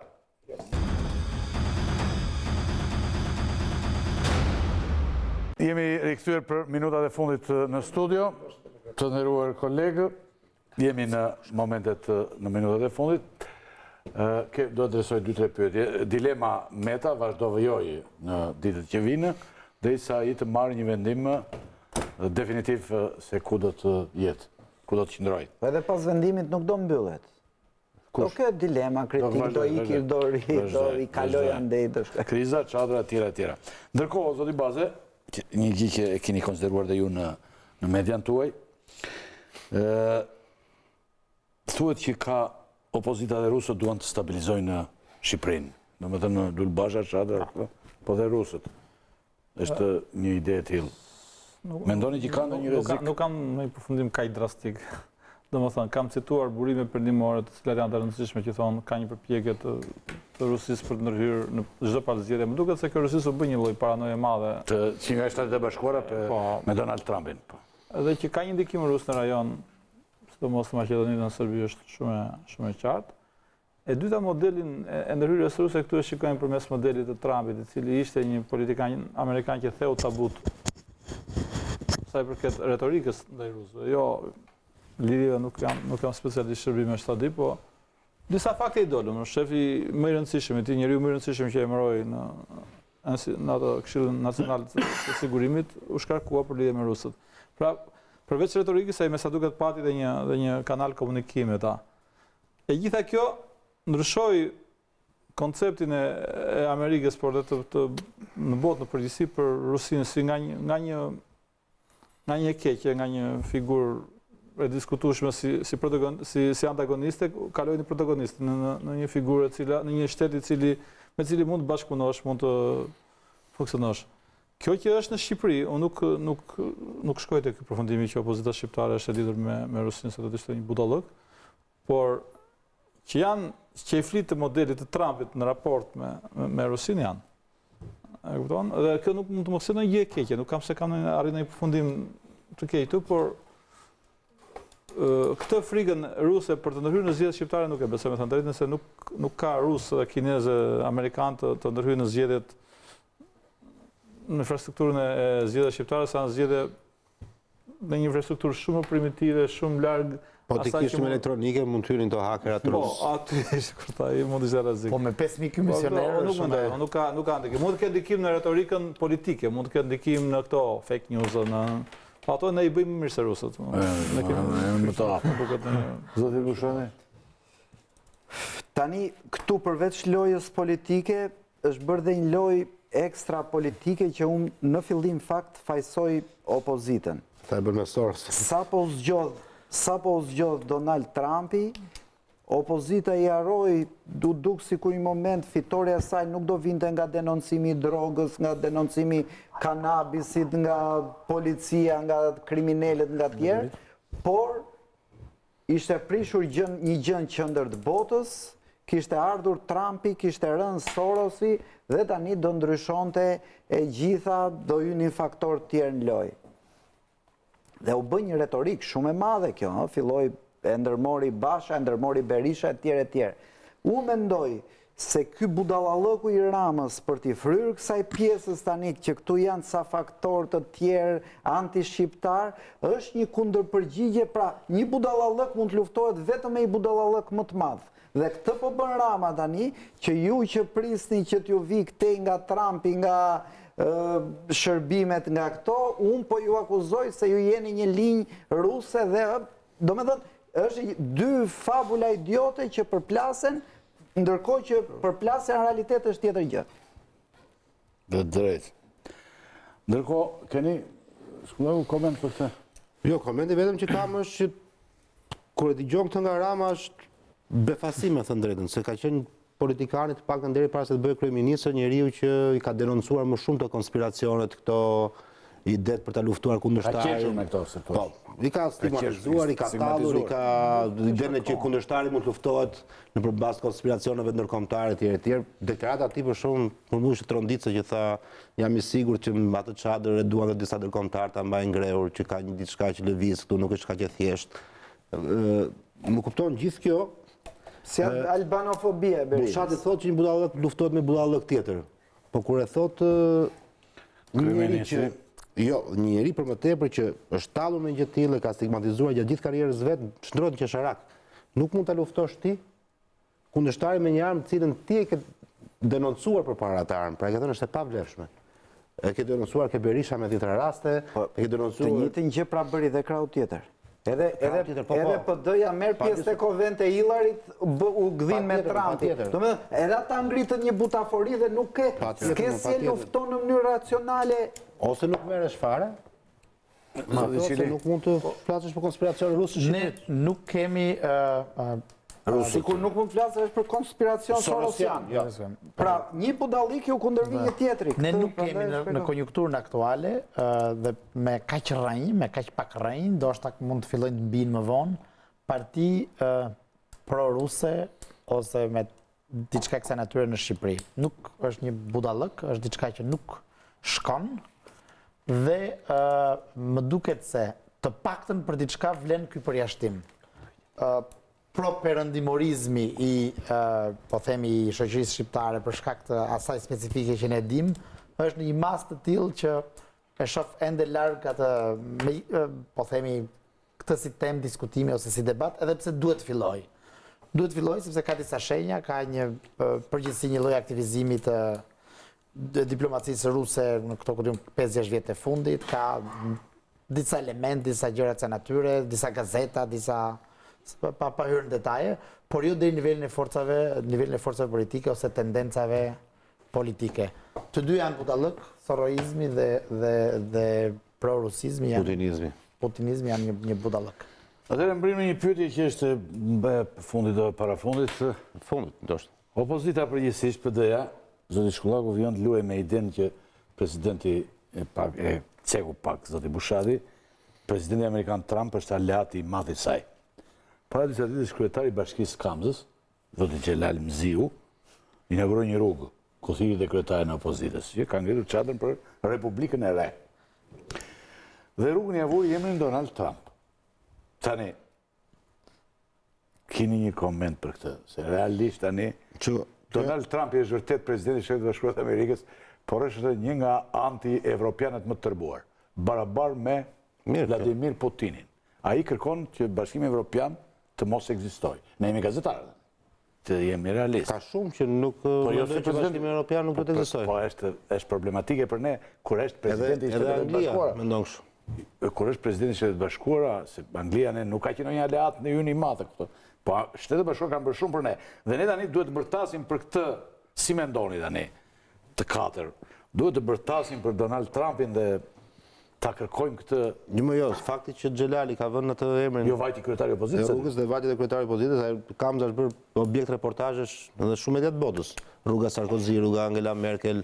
Pra ai e ka mirë dhe me Bashkimin Evropian, Xhelal Mziu, nuk e ka vetëm me Trumpin. Pra edhe Brukselin dhe Washingtonin e ka. Po Xhelali është kryetari i Bashkisë Kamzës. Fundit dhe problemi është ndoshta që tek inaugurim ka vajtur Zimbasha. Ky është vetëm problem. Por imagjino kur Xhelali aty në Kamës beson se mund ndikojë ke Trumpi që i vënë emrin rrugës. Jo, ndikon te Nemo. Ndikon te Kamziotë tek ta. Trumpi se di fare që ekziston këtu. Edhe kryeministri ynë besoi në një moment që duke dalë CNN do ndryshonte fatet e botës. Po. Ai bëri thirrje. Jo, ai bëri thirrje amerikanëve. Nuk ka ndryshim me Xhelali për mua ai. Bëri thirrjen amerikanëve, i tha se çfarë fatkeqësie ka ose i globit. Nëse amerikanët paçën veten qaf, nuk e dëgjuan. E votuan, do ta psoj dhe Evropa. Po sigurisht. Xhelali ndoshta shpëton se në Kamës ai nuk bën gjë. Zoti Baze. Do të lidhur me ndikimin e Trumpit në Shqipëri, Tani realisht ne i frym Jo, unë e mora me kur na humor, duhet jo të Trumpi gjërar, bërtasin për Trumpin. Që një lloj tani si të bërtasin edhe për Putinin, se po ai ishte anti-evropian barabar me Putinin. Ta diskutojmë, të qëndrojmë tek termat konkret. Shqipëria është jo vetëm që është vend pro-amerikan, nga po do të shkojnë në Evropë për shkak të historisë problemit, pra po do të Evropa me Amerikën nuk zjen për ne. Nuk zjen për ne, po thonë. Zjen për ne. Problemi që kemi ne në raport me